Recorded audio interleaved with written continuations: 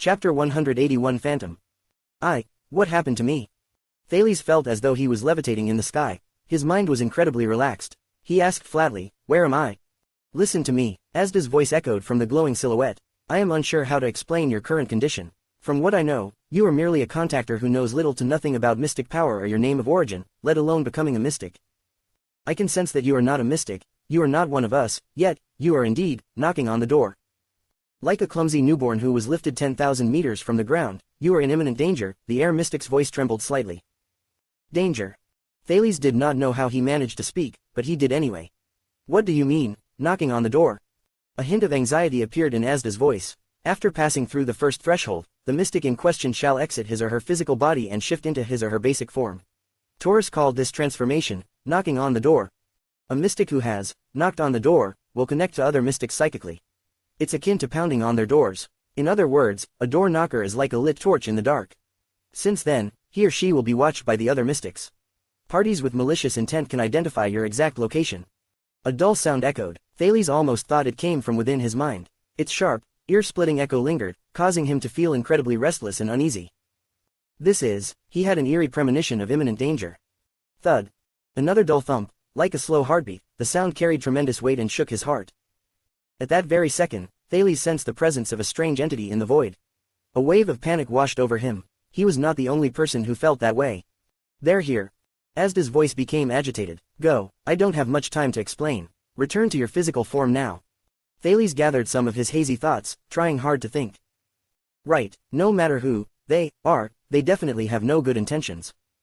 Thales lifted his chin, staring at the diminishing Asda, or rather, his silhouette. In that instant, from the depths of the black void, two hostile and relentless gazes shot at Thales. They inched towards him. Horrified, Thales' thoughts raced like a rapid stream.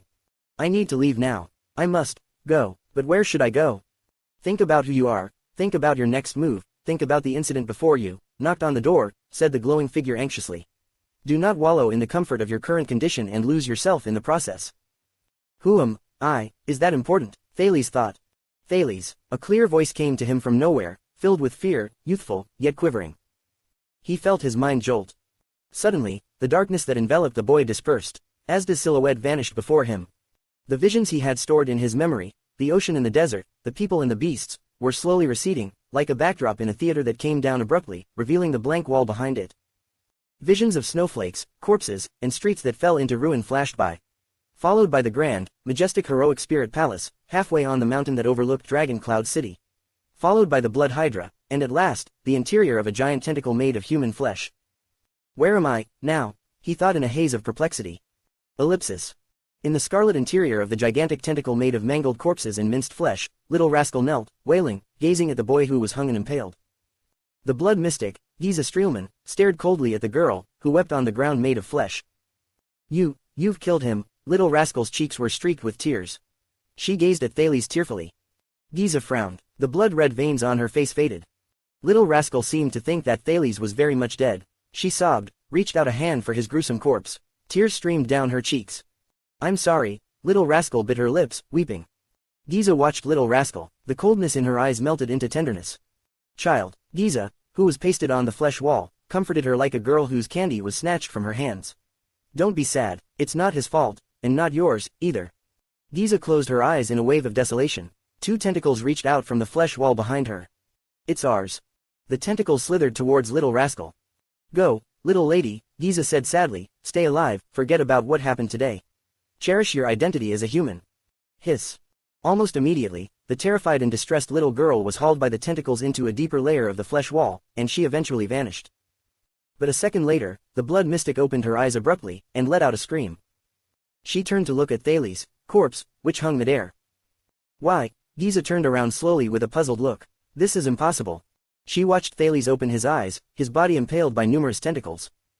"Ah, it looks like I'm back." As though he had just woken up from a deep slumber, Thales slowly widened his eyes, staring at the person before him in a daze. His thoughts were a mess. He could hardly remember what happened to him. This is, are those, severed hands, internal organs, eyeballs, human flesh. Thales discerned his surroundings. Wait. He put in every effort to divert his attention from his chaotic state of mind, and stared straight ahead. It was a blood-red, naked, young woman merged into a sea of flesh, and who eyed him oddly. Thales felt a chill. At that moment, tonight's memory flooded back into his mind like tidal waves. Northland, King Nuvan, the Archdukes, the duel, Asda, the Mystics, Black Sword, Ramon, Little Rascal, Giza, the Hydra, the destroyed Shield District, the Blade of Purification, and, towards the end, when he was impaled by Giza's countless tentacles. The last thing he saw was a spike that jabbed into his left eye mercilessly. No, Thales' whole body shuddered. No. Fear, panic, anxiety, worry, puzzlement, confusion. All the emotions he was deprived of returned to him in that very second. Seeing the mystic before him, his breathing quickened. The misperception of emptiness and feeling of isolating himself from everything which he experienced earlier felt like a dream now. What on earth? Thales came to realize that his limbs were still bound by the tentacles.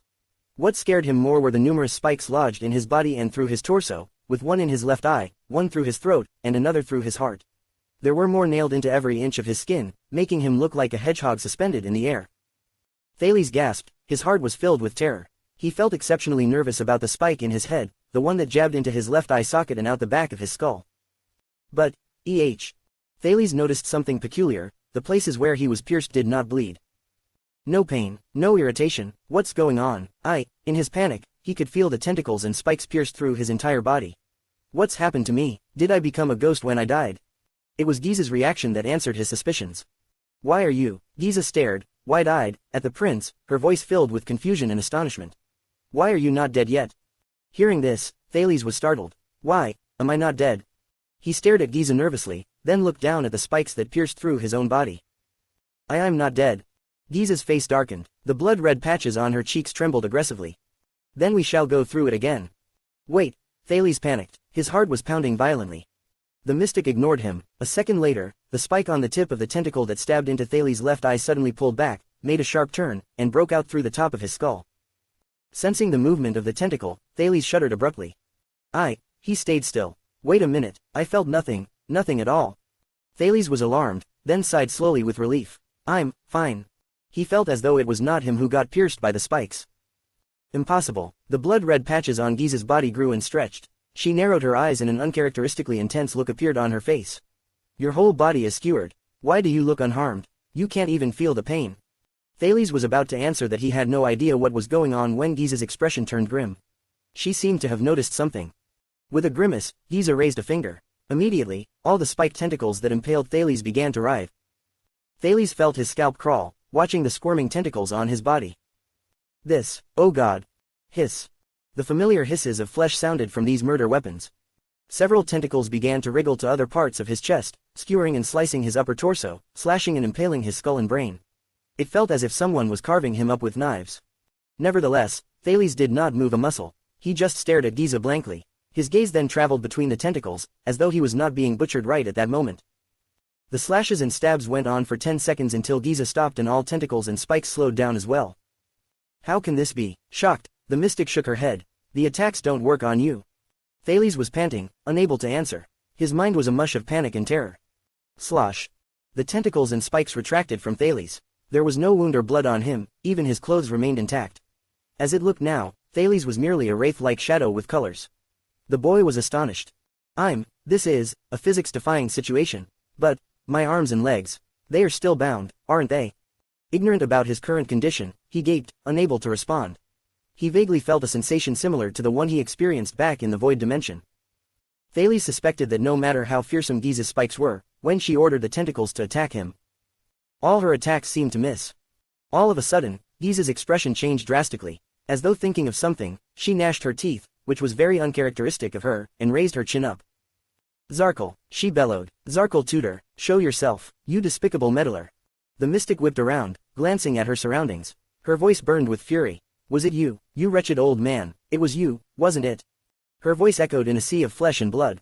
A few seconds passed, there was no response, she could hear only the buzzing of flesh as they rubbed against each other. Giza felt a slight jolt and realization dawn on her.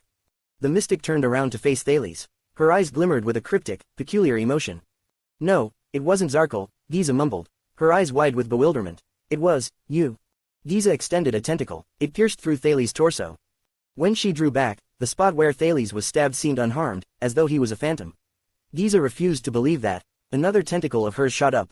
The spike on its tip lodged into Thales' right arm. Just like before, the spike went right through his bound right arm. He was left completely unscathed. At this point, Thales had not the slightest idea what had just occurred. Giza frowned, stuttering, this is your ability. Did he lose control due to the mystic energy interference? Impossible. If he was losing control, how could it end up like this? Thales panted while still dazed. He peeked at his bound limbs, then at his body. My ability? What sort of ability is that? Giza raised her eyebrows, shaking her head vigorously, as if she had just witnessed the strangest occurrence. You are just a contactor. Why is it that you can use mystic energy? She scowled, as though she was reminded of something, and her expression darkened. It was you were, knocking on the door. Thales was still peering at his own body, pondering. Have I already become a mystic? But, why can't I feel anything? Unless Giza cannot hurt me at all. How could this happen? Giza clenched her teeth, voice deep and brimming with hatred. You're just a newbie contactor. You're not even a mystic yet. This is just a loss of control. How could you have possibly knocked on the door? Thales frowned. He thought of what Asda had told him about losing control. Is it true that I am special? Giza glared at Thales with a terrifying expression. Have you really knocked on the door? At that very second, Thales swore that he saw despair, sorrow, pain, grief, and remorse in the eyes of this unreasonable, crazy woman. No. Giza squeezed her eyes shut, her voice filled with sadness and anguish. You have become a mystic, regardless. Thales stared at her, puzzled. What's her deal? This crazy B***tch. No. Giza gnashed her teeth. Tears trickled down her cheeks. She shrieked hysterically. No. You are not a mystic yet. You are still at the contactor stage. It was just an accident. She snapped open and burned with ferocity and determination. There must be a way. There must be a way to kill you. Let's start with mystic energy interference. As she spoke, the flesh of the giant tentacle began to wriggle and contort. One after another, the smaller monsters that Thales had seen before burst out of the wall of flesh. Thales shuddered. He took a deep breath but his head spun. Stop thinking about those confusing things. There's something more important to deal with right now. Like this crazy B***tch. But the moment the prince lifted his chin. Hiss. A tiny, newborn black monster jumped into Thales' wraith-like body with a kick of its hind legs. Poof. It then burst into a pile of flesh and blood inside him. If Asda was present, he would have recognized that it was the same tactic Giza used to prevent him from reverting back to human form after crushing him. At that moment, Thales only felt his whole body flicker once, like a ripple on the water surface. Suddenly, a spike flew past him, grazing his left arm. Shick. There came a stinging pain. This time, Thales' ghost realized that his left arm was slashed, and was bleeding. His phantom body seemed to have lost its effect. See, I knew it. When she saw that, Giza grinned with excitement. Mystic energy interference works after all. Hiss. More and more coal-black monsters followed Giza's actions and lunged into Thales' body, then exploded. The dismembered remains of the monsters flew out of his body. Ah! Thales cried in pain. The side of his calf was pierced by a broken spike and blood trickled out of his wound. His special ability had begun to dwindle and seemed to be losing its effectiveness. Thales gawked in horror at the stampede of monsters that came his way. An endless stream of pain throbbed on the surface of his skin. It gained frequency, and became more painful. The extreme physical discomfort was accompanied by Giza's cackle and the monsters' hisses. Hiss. Thales shut his eyes in pain. He felt the monster slither through his wraith-like body and explode, leaving wounds inside him. He had a feeling that, in a short while, the power that ensured his survival would vanish completely. When that time came. Hiss. No, no. Another monster exploded in the side of his lower abdomen. Its severed crab claw pierced his left abdomen as it burst out of his body. Ow. Hiss. Amid the explosion and monster hisses, Thales desperately tried to recall Blacksword's instructions. Quick, quick, anything that can save me. Hiss, splorch. Blacksword's words crossed his mind. With the help from Trembler, I evaded the attacks of her tentacles. Thales was shaken. He thought of the high-frequency vibrations Giza used on him. More smaller monsters came at him. A coal-black monster sped past his cheek. Instead of piercing his flesh, it left only a gash. The power of Phantom had faded. The blood mystic snorted. Thales had no time to fear or panic. Instead, he clenched his teeth and followed Blacksword's instructions on summoning another energy within him. Help me, Sin of Hell's River. This is a moment of life and death. Help me. As his will to survive became stronger, the Sin of Hell's River channeled into his limbs. I need the strength to rid myself of these tentacles. If only I could slip out of them. Hum. Thales heard a low buzzing that only he could detect. His limbs convulsed at an extremely high and indiscernible rate. The prince drew a sharp breath, feeling as though his body was going to be crushed by the vibrant energy of the Sin of Hell's River. This sensation, Giza's eyes widened. In the next moment, the 4 tentacles that bound Thales trembled, and the boy was released in midair. A monster flew over his head, snipping off a strand of his hair. Thump. Thales fell onto the fleshy ground, panting heavily. The sin of Hell's river receded from his limbs. Thales gritted his teeth, trying to get on his feet. However, the numbness in his legs compelled him to fall back down. Thump. Thales touched a piece of flesh beneath his feet, inside which there was an ear covered in blood, and jumped. But in the next moment, a pang of soreness throbbed in his limbs. He began to shudder violently and sweated profusely. His limbs went slack. Exhaustion, soreness, pain. His muscles ached as though he had lost all his strength. After getting out of the restraints, he could not even manage a step. In the meantime, the smaller monsters were already charging towards him. Thales' eyes widened and his heart sank. It seemed that the power of Trembler was far more than his body could bear. Therefore. No, Thales felt the soreness in his weakened limbs, staring at the monsters before him. He looked at the smiling Giza in despair and thought, is it really the end? Chapter 182. A Gentle Kiss. No. Thales clenched his teeth. He should not give up. It was not the end, there was still a chance. Black Sword had said that a powerful warrior must take every aspect into consideration, bet every leverage he had solely on his final victory. Leverage? What else do I have? Thales ground his teeth, forcing himself to calm down within seconds. The Northland military sword style he had been practicing for only a month. The power of the sin of Hell's river, but he was far too exhausted to channel it now. The blade of purification that had been lost in this sea of human flesh, that peculiar mystic energy that turned him into an untouchable phantom. The royal title of the Prince of Constellation, and his current position as a mystic in the making. No, wait a second. There is another bargaining chip, the final one. Thales peered at a monster that was currently charging towards him and clenched his fists tightly. Giza's smile widened. In the next second, Thales gritted his teeth and stretched his right hand to his back. He then withdrew his hand, revealing a weapon, a crude, simple dagger. One side of the blade was covered in the tentacle's blood, on which 2 letters were carved. J.C. Giza was slightly startled as she watched his actions. Panting heavily, Thales raised the dagger and pointed it at the advancing monster. A dagger, the mystic snorted. That is not a legendary anti-mystic weapon. Are you going to stab me with it? A dagger. She watched the boy with the dagger as he was surrounded and attacked by monsters. This scene is quite familiar, isn't it? Thales lay on his belly, lips quivering while he fended off a monster with the iron body style. Clang, asterisk. No, Thales evaded another monster's spike, tumbling out of its way. His muscles ached. Still panting, he raised his chin, ignoring the other monsters that scurried towards him, and returned the blood mystic's gaze. I'm not going to stab you. Giza was surprised, watching in astonishment as the boy placed the blade of the dagger in his left palm. Thales continued flatly, I'm going to stab myself instead. 2 monsters jumped on him, they thrust their spikes at him. Meanwhile, the ashen-faced boy jerked the sharp blade in his palm violently. He then felt a surge of warmth and tingling pain in his left hand. The exhausted boy stayed unmoving as a group of monsters leapt onto his torso and brought him down. A familiar boiling sensation bubbled within him. It slowly turned into a burning sensation. Snippets of memories flashed in front of his eyes. The time when he raised a dagger and charged at Quide. The time when he was carried by Jala on her back, running down an alleyway. The time when he was in Vine Manor's dungeon, reaching for the lock on Ralph. The time when he stood in the Hall of Stars, clenching his teeth, speaking to the aristocrats of the kingdom. The time when his hands were bound, and he struggled to get to his feet, facing Serena. The time when he was caught battling in Black Sand region, holding on to Raka desperately. The time when he stood before the 5 archdukes of Extat, struggling to lift a heavy sword.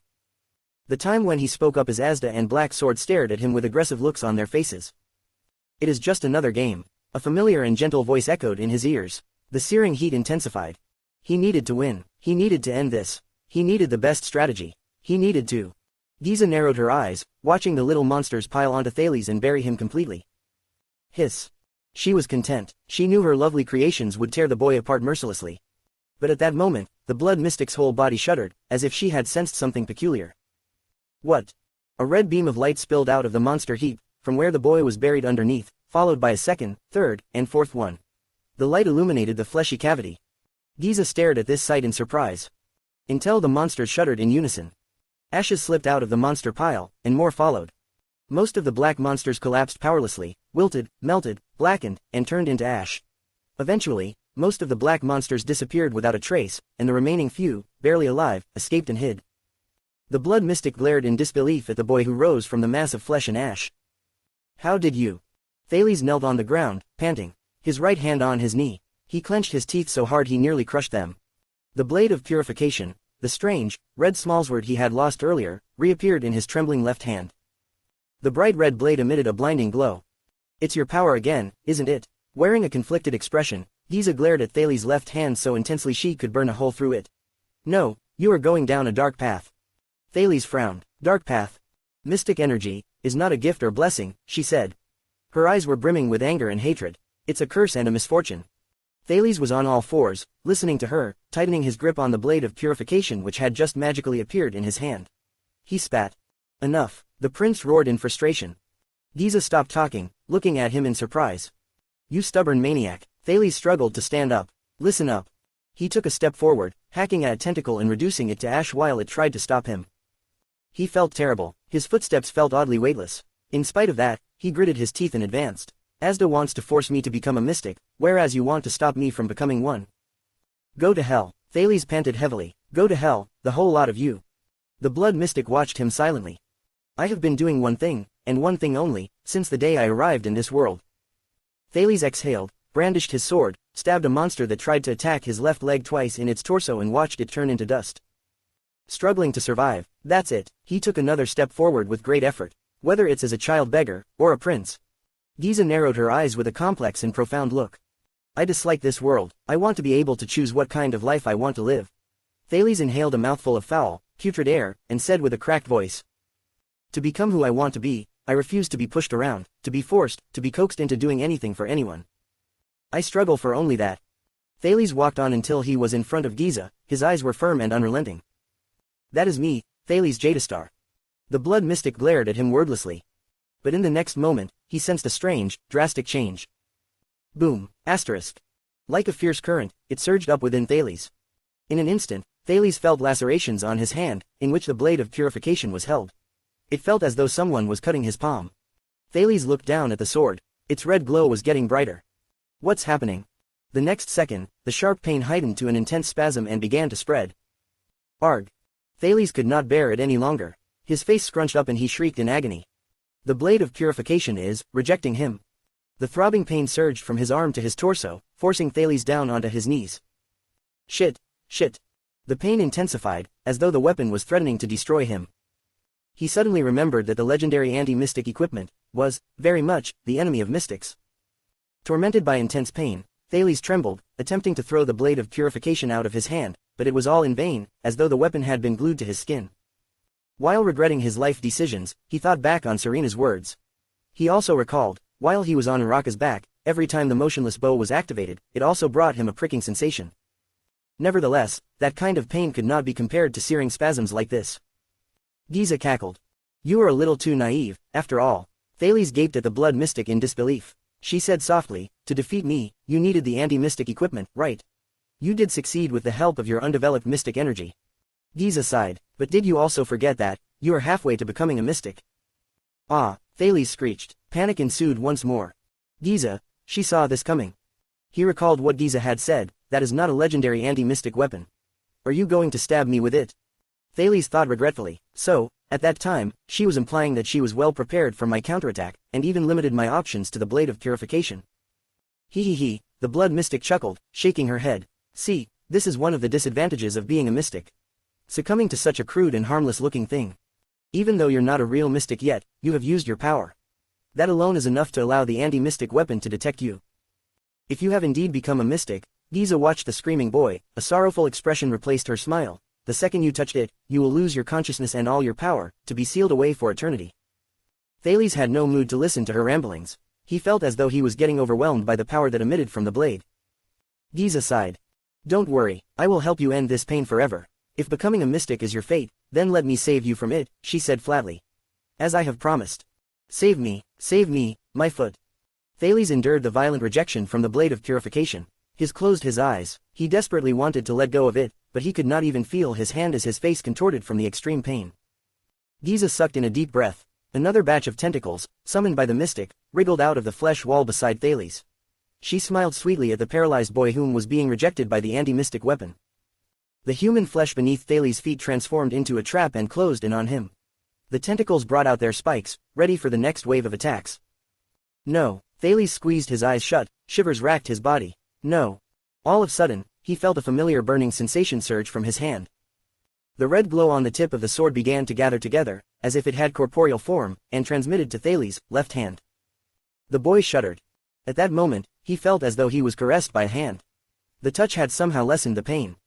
The red glow crept along the veins on the back of Thales' left hand, as though the blood that flowed in his veins was glowing. It was an eerie sight.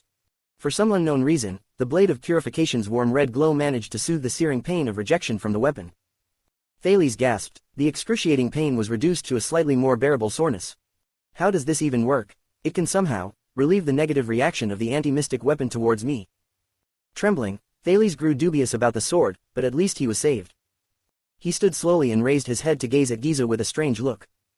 Giza's countenance wavered. She noticed something odd about the boy. You. Thales glanced at her, then at the traps below and the spiky tentacles around him, feeling the aching and burning sensation in his hand. Perhaps one day I will become a mystic. Thales endured the pain and said slowly, but it's not because of an inescapable fate, or that there's no other choice. Giza's eyes widened while she was on the wall. It will be my own choice, Thales said, biting his lips. He lowered his head and continued, I will see for myself what mystics are and understand what mystic energy is. What kind of power can be acquired, what kind of risk I must bear. Thales lifted his head, eyes filled with determination. Then, I will decide whether I want to be a mystic, and what kind of mystic I want to be. It doesn't matter how far I can go, or what I will see at the end of the journey. What matters is that it's my choice.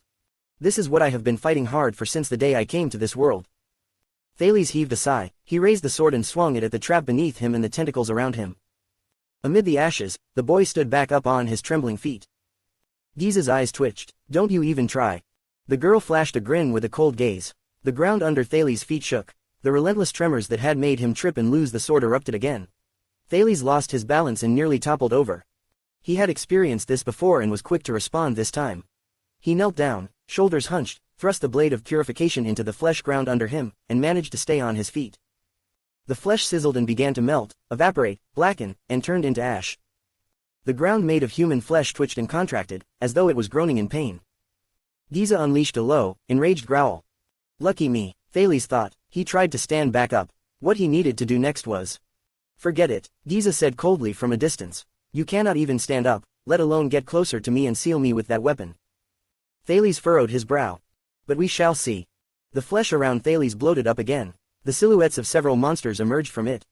The blood mystic narrowed her eyes, glaring at the blade of purification that was thrust into the ground. What will you use that sword for? To balance yourself, or to eliminate the enemy? Suddenly, Thales felt an odd sensation. The monsters emerged from the sea of flesh and blood, but Thales ignored them. He did not even spare a thought on what monsters they were or the threat they posed. He seemed to have entered that zone again. The light, carefree feeling of aloofness washed over him, but this time, it was not as invasive as before, not as magical and relaxing. Thales glanced at Giza from afar, a distance of a dozen strides. As the ground rocked, he had a hard time trying to stand steadily, let alone approach her. In spite of the distance between them, Thales believed that the sword could reach Giza. He could do it. As he thought that, the prickling sensation in his hand amplified. Thales smiled a little. He was beginning to understand. He knew that, based on his current condition, he could summon more mystic energy, although he knew nothing about this one. However, since the blade of purification had been rejecting him, he must be on the right track. The corners of Thales' mouth spread and his grin grew wider. Giza blankly instructed her monster army to advance. Thales gasped for breath in an absent-minded state, grasped the blade of purification that was lodged in the ground, and pulled it out. As the flesh monsters lunged at him, he stooped down, raised the blade in his hand, pointed it at Giza a dozen strides away, and gave a light shove. Swoosh, asterisk. The sound of gushing blood traveled to his ears. At that very second, the counter-reaction and the sharp, aching sensation inflicted by the blade of purification became greatly amplified. Thales did not care about the pain. He had succeeded. Giza looked down in disbelief. When did? The maiden asked in bewilderment. The next thing she knew, Thales had advanced almost a dozen strides. He knelt before the mystic. The red blade in his hand sunk deep into Giza's bare abdomen. Shuddering, Giza looked at her wound, and then at Thales. Then, relief appeared on her face, as though it was what she had been waiting for. So, I suppose this is the end, Giza said flatly, coolly. She ignored the anti-mystic weapon in her abdomen. Thales withdrew the blade of purification. Blood seeped down the blade and out of Giza's stomach before it evaporated. Her abdomen and the flesh around it slowly withered and blackened. In that very moment, Thales was pulled back from the strange mental state from when he was wielding the blade of purification. He took a deep breath, as though it was the first lungful of fresh air he had after being underwater for a long time. Various emotions returned to him. He stared at the blade of purification in his hand, then looked up at the blood mystic who had a relieved and serene look on her face. "You've been through a lot, child." Giza reached out a hand and cupped Thales' cheek gently. "Take good care of yourself." For some reason, Thales thought that Giza, at this moment, was filled with complicated, conflicting emotions. "I'm sorry I couldn't help," she said softly. "What?" Thales' breathing became calmer. "I'm sorry." Giza's eyes gleamed with tears. "You are on your own now." In that instant, Thales' hostility towards her faltered. The sweet-looking girl lowered her head and the purplish-red veins on her body gradually faded. With soft lips, she planted a gentle kiss on Thales' forehead. The boy shivered. Seeing Thales' reaction, Giza chuckled and whispered, "Beware of Asda." These were the blood mystic, Giza Streelman's last words. Then, cracks started appearing on the maiden's smiling face. Her face, even her smile, slowly broke apart like a crumbling statue, followed by her neck, chest, torso, her whole body. Within seconds, the blood mystic in the interior of the giant tentacle crumbled into ash. The night sky of Dragon Cloud City appeared once more before Thales' eyes. The ash rose like black butterflies and filled the sky. Every one of the blood mystic's creations in the distance, the clumps of flesh monsters, tentacles, severed limbs, shriveled, wilted, and disintegrated into ash all at once, leaving only Thales in the ruins. The boy held the blade of purification in a daze, and while at a loss, stared at the ashes as they drifted away with the wind. Chapter 183 The Cost of Victory. Ashes scattered in the sky at the hour when it was at its darkest. The people controlled by Giza gradually regained consciousness. Some of them also regained control of their bodies. They embraced each other while fear still lingered in them, bursting into tears. However, most of them had their body structures permanently altered by the blood mystic. When they awoke to that, they wailed and died under the ash-covered sky. "I am Nicholas of the White Blade Guards. Do not panic." A pale man covered in blood walked among the crowd, holding a strange blade. He rudely shoved aside a hysterical old man who was shouting at the other people, and strode forward. "Everyone stay where you are. The government will send help in the name of the king." The title of the Star Killer stunned the commoners in Shield District. Though still in doubt, many of them quieted down. There were still some particularly stubborn people. Nicholas had to force them to calm down by flashing his blade at them. Panting, Nicholas walked to a ruin and grabbed a thick arm under a collapsed shop sign and pulled a man out. "I thought you were dead." The Star Killer dragged the injured man with some difficulty. "That calamity left you alone." Gleeward, the owner of the thick arm, the lame former heavy swordsman, flicked off the dirt and ash on his body while he looked like death warmed over. With Nicholas's strength as support, he crawled out of the collapsed sign. "No," Gleeward coughed. He leaned on Nicholas, raised a hand and touched his own bleeding forehead. "The man with the child." The veteran's expression was stern with a deep frown. "He showed me mercy, when I was under the monster's control." Nicholas was stunned. A man, with a child. The Star Killer propped Gleeward up. Suspicion grew in his eyes. Someone who could move freely before the calamity. Did he have a legendary anti-mystic weapon? Gleeward staggered, shaking his head. "I don't know, maybe." Nicholas narrowed his eyes. He asked straightaway, "Where is he?" "He was here a few minutes ago." Gleeward chewed on something in his blood-stained mouth, spat out a bloody tooth, and grumbled, "Holy FCK, that guy withstood the attacks from me and those monsters." Nicholas flung a plank aside. "He is strong." "Strong? No." Gleeward paused. His eyes twinkled with wariness and graveness. "He is fearsome." The veteran pursed the corner of his lips, rubbing his nose that was reddened by the cold. "And his fighting style, I think we might have met somewhere before." The Star Killer, expression changed. "You know him?" Gleeward tried to recall a memory for a few seconds, but eventually shook his head. "I don't know. I have sparred with too many men." Nicholas's eyes showed a spark of shrewdness. He shoved the severing soul's blade back into its sheath. "So, it was that fellow who sealed the calamity?" "I don't know." Gleeward shook his head with an ashen face. "Can you stop asking questions I don't know the answers to?" At that moment, Nicholas stopped walking. "What?" Gleeward asked impatiently. "Hey, you're still holding an injured man."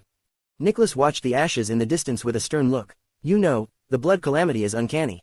"So," Gleeward snorted, "she's pretty much a goner now, isn't she?" Nicholas shook his head, eyes focused in the dark, at a withered hydra tentacle. "This reminds me. In The Legend of the White Blade Guards, there is another account about hero Rikaru, about his battle with the blood calamity and the hydra, Kilika." Ellipsis. Thales took a breather amid his daze. A few pieces of black ash flew onto his cheeks and disintegrated. He gradually regained his normal senses. What just happened? My weapon." He lowered his head and blankly looked at the blade of purification. "How did it manage to stab her just like that? And, is it over?" He raised his head, while still feeling muddled in his head, and watched the ashes in the sky and the ruined buildings around him. Thales could not recognize where this was. He had run too far during his escape from Giza. He could see the corpses on the streets. There was a white-haired old man beside his feet with an outstretched arm, as if reaching for the hope to survive. Thales' ears twitched, as if it had felt something. He turned around and froze. Unharmed, Asda stood behind him, looking as graceful as usual under the ash-filled sky. The air mystic stared at the blade of purification in Thales' hand with a complicated look.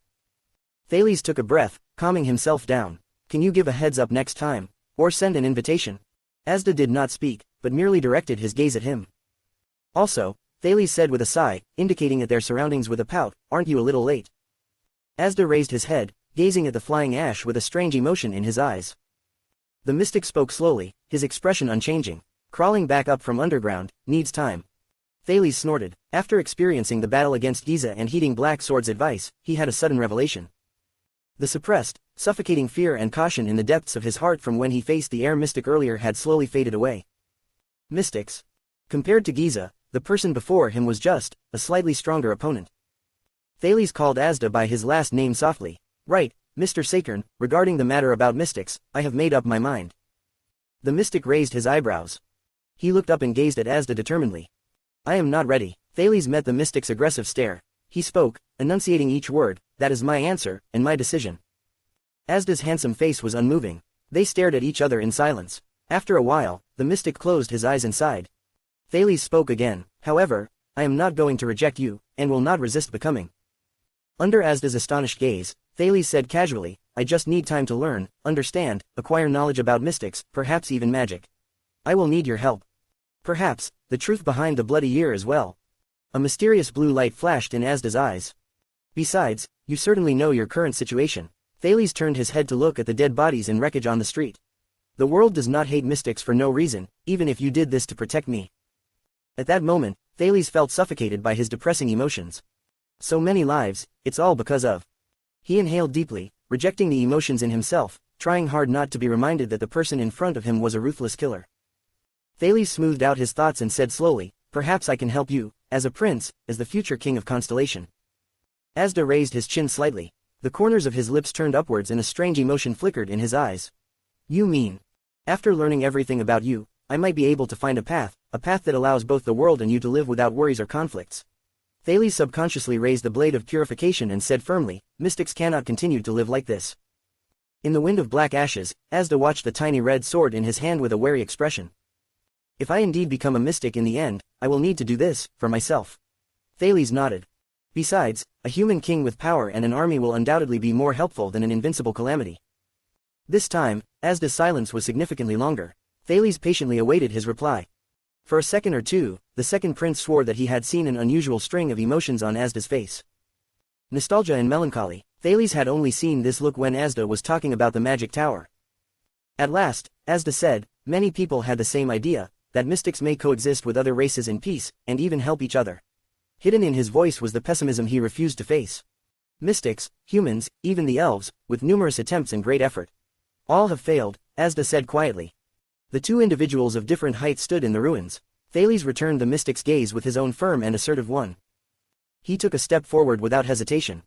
Firstly, they did not try hard enough. Thales' voice echoed in the air. Secondly, I am not them, I am not one of those losers. Thales felt the coldness in the air. His pupils contracted slightly, his tone was calm, and his voice was deep. I am Thales. Under Asda's puzzled gaze, he said flatly. Thales Theron Garana Kessel Jadastar, descendant of the imperial family Jadastar bloodline, and the future king of Constellation. Upon saying this, Thales inhaled deeply, and raised the blade of purification. He was not surprised to see Asda crease his brow and take a step back. Thales flashed a small smile to himself. He wore a calm face and said confidently, the sealer of the blood mystic. And, a visitor from an unknown world. Various mysterious emotions fluttered in Asda's eyes, they were eventually outshone by a crystalline blue light. Thales put down the blade of purification and waited quietly for his reply. Little did the mystic know, Thales' palm which clutched the blade of purification was sweating. He did not forget Giza's words before she disappeared. Beware of Asda. The mystic was still staring at him with a calm gaze. 1 second. 2 seconds. 3 seconds. Thales gulped, his palm quivered. Suddenly, Asda smiled. Thales was startled and stared at him oddly. Asda's bone-chilling smile appeared once more. You know, you are not the only one. After what happened today, I realize that I, too, have not been prepared to deal with you. The mystic nodded slightly. You are too unique. Thales' eyebrows furrowed. Asda's gaze drifted to the blade of purification. There was an unnoticeable pause in his voice. As a human prince, or as a, Asda raised his hands and gestured at himself. Hence, I will respect your decision. Under Thales' flickering gaze, the mystic nodded. While I will need some time to study your anomaly, I am referring to your door knocking and the self-induced loss of control. Perhaps your path will be smoother than ours, perhaps it will be rockier. I cannot be sure. Thales repressed the agitated emotions he had, presenting a calm and friendly attitude. He pursed his lips and smiled. The negotiation, it's a success. Asda will. Yes, I will not force you to come with me, or urge you to become a mystic. Seeing his reaction, Asda smiled slightly. However, since you intend to understand mystic energy and magic. Thales was quick to respond. I can free up some time, think of a way. He raised an eyebrow. Although I am a prince, I should have a secret, interest, or a hobby. He emphasized on the word, secret. Very well, I will contact you, in secret. Grasping Thales' underlying meaning, Asda smiled an enigmatic smile, also placing emphasis on the word, secret. Of course, I will lay low for a while. Asda glanced around with a surprised expression. Look around at this mess, soon those curious things will gather here. The reappearance of a mystic is no small matter, after all. Thales sighed to himself. Who do you think contributed to this mess? Asda huffed. However, after the commotion dies down, I will reach out through the same old method. Keep an eye out for the invitation. Thales openly rolled his eyes before Asda, who chuckled and said slowly, so, we will meet again, Thales Jadastar. He gave mischievous and meaningful smirk. The look in his eyes was strange. It was the same expression he had worn during their first meeting under the chess room. My interesting junior. Thales drew a deep breath and then slowly exhaled. He nodded slightly. Thank you, Mr. Sakern. Asda responded with a slight bow. His graceful figure faded to a blue glow. The blue glow slowly dissipated until it completely blended with the colorless wind. The wind ruffled Thales' hair, making him squint. All right, I will not disturb you too. She has been looking for you. Asda's melodious voice chimed in the wind. Thales was left stunned. The sound of the wind died down seconds later. Thales remained where he stood for a few seconds, clutching the blade of purification in his hand. After making sure that Asda was gone, he heaved a sigh. The nerves and tension in him loosened. My God, he stared at the dark night sky and sighed in relief.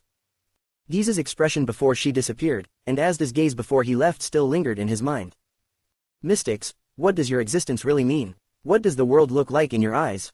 Thales then lowered his head and idly stared at his hands, the JC dagger in his right hand, and the tiny red sword in his left. As he sighed mournfully, shoving the JC dagger back into its sheath at his waist. He touched an object and froze. It was. His head hung low and bit his lip. A sorrow he could not put to words rose in him. At the moment, a timid voice came from behind him. Thales, is that you? The second prince was shocked, turning around abruptly. His eyes widened. Little rascal, with disheveled and grimy hair, was hugging herself and shuddering behind him. She squinted, trying to see what was in front of her clearly. Thales was stunned. She. As if she had gotten used to the surroundings, little rascal sniffled, her eyes were red. She stretched out her arms, groping about and shuffling forward. Surrounded by ruins and corpses, she ambled carefully, like a toddler learning how to walk, or like a helpless blind person, moving forward on her own in a dark world. It reminded the prince of the time they met in the library, when she raised her head from the thick book she was reading. Is it, Thales? Little rascal tripped over an uneven surface of the ground and staggered. Thales stared at her in a daze for a few seconds before he responded. It's me, little rascal.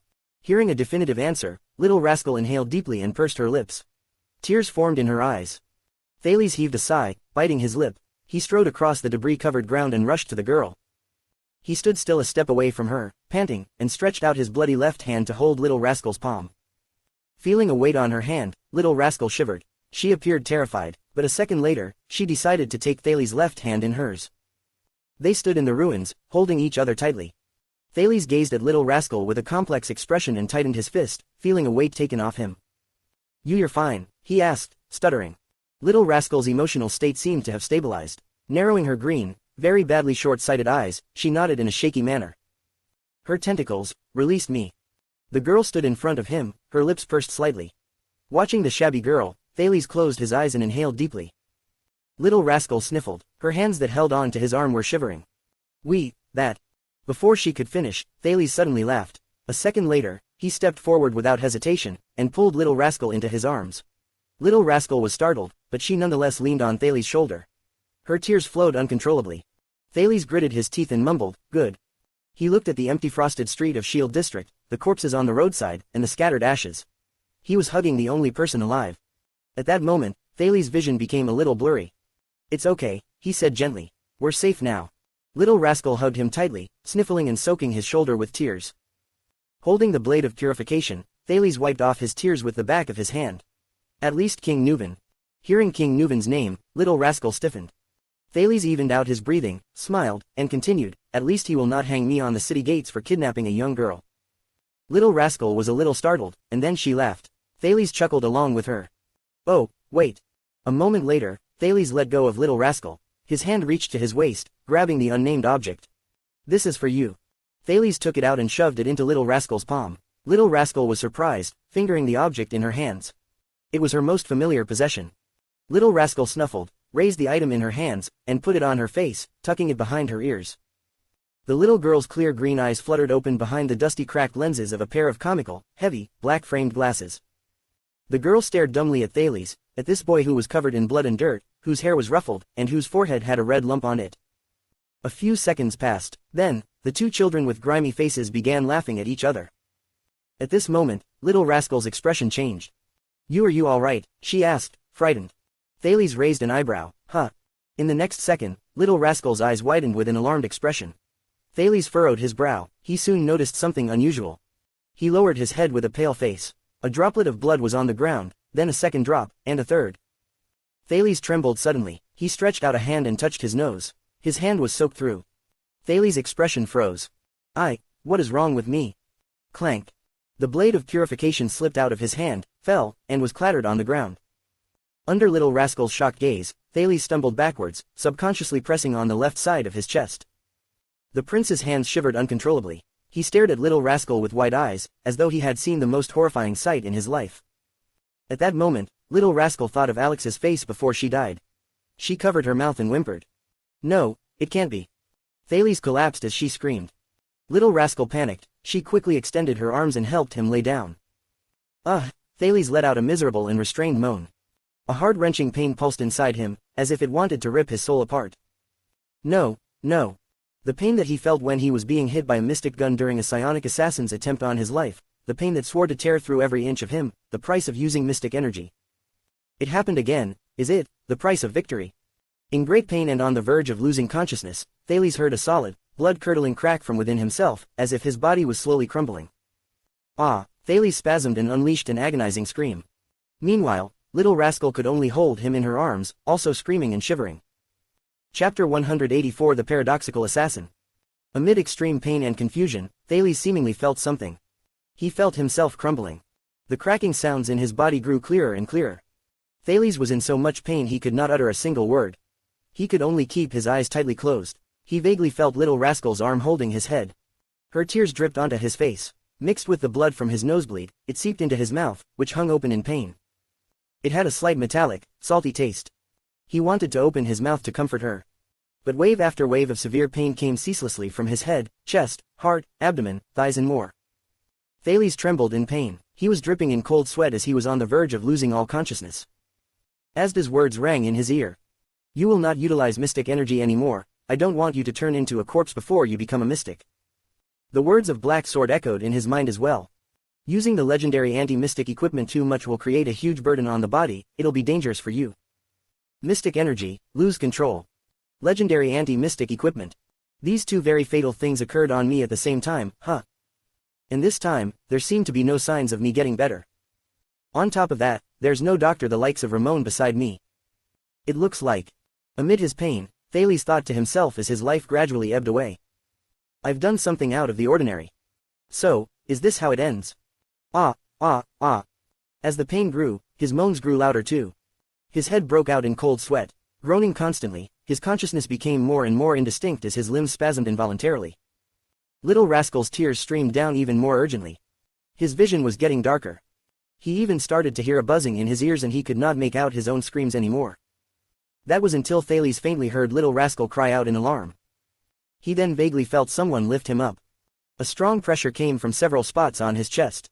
Strange fluctuations infiltrated his skin. A bizarre stimulus suddenly arose from within his body. Sin of Hell's River. Thales suddenly woke up from his dazed state. The power of eradication surged through his body wave after wave. However, wherever Sin of Hell's river was, the pain there would suddenly increase. Ah, in a voice Thales had never brought up before, he howled tragically with his head up. How could this be? But he suddenly realized, the ringing disappeared. He could hear his own howling now. Then, the terrible and chilling cracking sounds gradually disappeared. Every part of his body was slowly relieved of the severe pain brought upon by Sin of Hell's river. He then recovered his sight. And the pain vanished completely. Thales panted and shuddered as he looked at the scared little rascal. He turned his head around. He looked at the other person squatting by his side, the man with the strange black sword. His body was riddled with wounds and his face was unpleasant. You know how to heal others as well. Thales gasped continuously and asked Black Sword in a rasp, sounding as if he was about to die. How talented. Not having any sense of humor, Black Sword snorted. It's not healing. He patted Thales on the shoulder roughly, causing the latter to cough for a while. It was nothing but the same power of eradication source that ignited your own vitality. It quickly repairs the damage suffered by your body at the expense of exhausting your energy and physical strength. Of course, it's better to not use it often. I suspect that it will diminish your life. Thales coughed as he sat up with Little Rascal's help. He wiped off a film of cold sweat. He never thought that living and breathing could be such a joyous thing. As I've said, the overuse of the legendary anti-mystic equipment, Black Sword tightened the sackcloth bandage around his left arm and plainly said, "You've seen the consequences." Thales stroked his chest in trepidation and wiped away the blood from his nose. Maybe it wasn't just the legendary anti-mystic equipment, he whispered in his heart. It's very likely that it will take your life. Black Sword paused as a sorrowful look surfaced on his face. It will cause the most painful death. Thales frowned and looked at Black Sword. You've seen it before. In that instant, Thales sensed the temperature surrounding Black Sword decrease significantly. Little Rascal had even gasped. His eyes became terribly frightening. Thales felt his skin crawl. He believed that he had asked a question that he should not have. However, Black Sword remained silent for a few seconds and in the end, he did not answer Thales. All right, Thales stuck his tongue out and forced a smile. Thank you. Black Sword remained quiet and stared at him coldly. As the atmosphere became awkward, Black Sword suddenly sighed. You're welcome. The man raised the corner of his mouth slightly. At least my labors were not for nothing. Thales was stunned. Black Sword narrowed his eyes as he extended his hand, and for the price of saving your life, and perhaps many more lives. Thales' eyes were wide open. He watched as Black Sword reached over to his leg. I will accept this little thing. Consequently, Black Sword unceremoniously grabbed the dull blade of purification. Under Thales' incredulous gaze, Black Sword slipped the blade of purification against his waist. He suddenly frowned and his tone changed. No, it has always been mine. Black Sword sighed. It seems that I've really worked for free. With an unpleasant expression, Thales looked at Black Sword, and then at the blade of purification. He was hesitating in his heart. It's a legendary anti-mystic equipment. Furthermore, if I have this little thing in hand when I face Asda. But the man before me is Black Sword. The legendary assassin of the Brotherhood. He could also be the Bloody Ears. Finally, Thales could not help but say, about that, actually, if this little thing only works in my hands, you won't have much use for it. Next to him, Little Rascal nodded in agreement. However, Black Sword suddenly raised his head. His steely eyes caused Thales' expression and words to freeze. Thales forcibly controlled his lower jaw and swallowed his words. Giggling, he said, however, you did save my life after all. Black Sword watched him silently. His eyes had a thought-provoking smile, causing unease in Thales' heart. This is an unregistered legendary anti-mystic equipment, Black Sword said. Thales' eyes were wide open. So? Black Sword inhaled and plainly said, believe me, the dangers of leaving it with you far outweighs the benefits it can provide you. Unresigned, Thales furrowed his brows. By the way, Black Sword shook his head and changed the topic, in regards to the Sin of Hell's river, after tonight, you'd best not utilize it anymore. Upon hearing that name, Thales revealed his doubts. Why? I've mentioned before that this is a cursed power. It always comes with a price. Black Sword's expression gradually sank, and unlike the other powers of eradication, you can only upgrade it through a special method. Thales' heart moved. What method? Black Sword stared at him silently, as if he wanted to pierce through Thales' face with his eyes. Eventually, Black Sword plainly said, death. Thales widened his eyes. What? From the side, Little Rascal raised her head curiously. The lingering state between life and death will maximize your potential, Black Sword continued explaining. His eyes shone with inexplicable cold rays. It's also the only chance to activate and increase the power of the Sin of Hell's river. It's useless to rely on daily practice. Thales' mouth hung wide open. He was speechless. Death. It's called Sin of Hell's river for a reason. Black Sword lifted a finger and prodded Thales' chest. His tone was flat yet chilling. only those who have survived death have the qualifications to utilize and control it. People like us who have escaped mortal crises and earned our lives from death. Thales' doubts grew deeper. We should have left this mortal world a long time ago, but we deceived the ferryman in Hell's River time after time, escaping the call of death during imminent perils, Black Sword said somewhat gloomily. Hence, our existence is the sin of Hell's River, as we are evidence of it not ruling death conscientiously. This is what sin of Hell's River entails.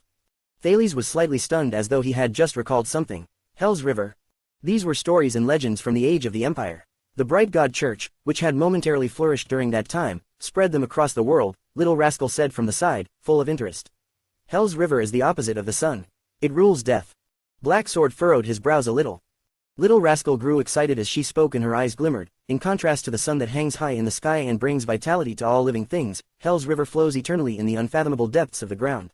It's continuously gathering, engulfing dead souls and cleaning the filth from the face of earth, thus bringing balance to vitality as well as death in the world. Legends say that there's a ferryman on Hell's River, rocking a boat, which is fully hung with little bells. He welcomes all the dead souls into Hell's River. Thales was stunned as he heard her words. Receive dead souls. Thales turned his head around and scanned his surroundings. He sighed. Looks like it's going to be a busy day today. With gusto, Little Rascal said, anyway, the second chapter of The Holy Decree of the Bright God says this. It records the original words of the Supreme Bright God when he created the world. Thou art the sun hanging high beyond reach. Thou art the world's most sacred as your brilliant vitality awakens all living things. Thou art the Black River, the world's most extreme prison as you engulf death and eradicate all living things. Ellipsis quote. Black Sword sensed that she was about to go into a lengthy talk, so he firmly spoke up. So, don't obsess over what upgrading such powers can bring to you, the man slowly said. First of all, the sin of Hell's River tends to stir up powers that overburdens the body. Black Sword cast him a profound look. Furthermore, we can't actually escape death every single time. While bearing Black Sword's gaze, Thales felt a chill from the bottom of his heart. What about you? He could not help but ask. How many times have you experienced death to achieve your current skills? Black Sword narrowed his eyes as his expression slightly changed. Enough times, he said in a straightforward and simple manner. Black Sword moved all of a sudden. He slowly stood up. The people of Dragon Cloud City are approaching. Black Sword fastened the two weapons on his body a little tightly and slowly sighed. It will be daybreak soon. This night ends here. Little fellow, we'll meet again someday. Black Sword turned around. Thales watched his figure from behind as he recalled his first encounter with the man that night. He left an impression on Thales, whether it was the duel with the air mystic on the cliff of the sky, the decisive battle with the blood mystic on the streets, or even his words regarding the strong ones and the sin of Hell's River. His kind. Black Sword was the only one he had ever seen face a mystic with no trace of fear and restraint in his eyes. He did not panic or evade, he was someone who had nothing but inexhaustible conviction to his beliefs. Even though he had no legendary anti-mystic equipment. Even though he was just an ordinary human being. Even though countless of times, he was down to his last breath and seemed so close to death. He still rushed into the battlefield without hesitation. It seemed like besides himself, nothing could beat him. Suddenly, Thales felt an impulsive urge to find out the answer to a certain question. You were not an assassin. As soon as Thales said that, he could clearly see the steady and calm Black Sword tremble all of a sudden. Right, the second prince blurted. During the bloody year, the assassin who killed the royal family wasn't you, right? However, Thales felt some regret for his impulsiveness as the words left his mouth. Little Rascal widened her eyes in surprise. She covered her mouth with her hands as she looked at Black Sword, and then at Thales. Black Sword's back remained stiff for a long time. Until he slowly turned around. He was like a withering old tree. You heard Asda's words, right? Black Sword revealed the side of his face and asked softly. Thales opened his mouth, but after weighing things out, he nodded with mixed emotions. Then why would you still dare to ask? Black Sword's tone grew more serious, causing nervousness in his listeners' hearts. If I were the assassin who killed the royal family, you would be in danger right now. Thales felt Little Rascal lightly tremble beside him.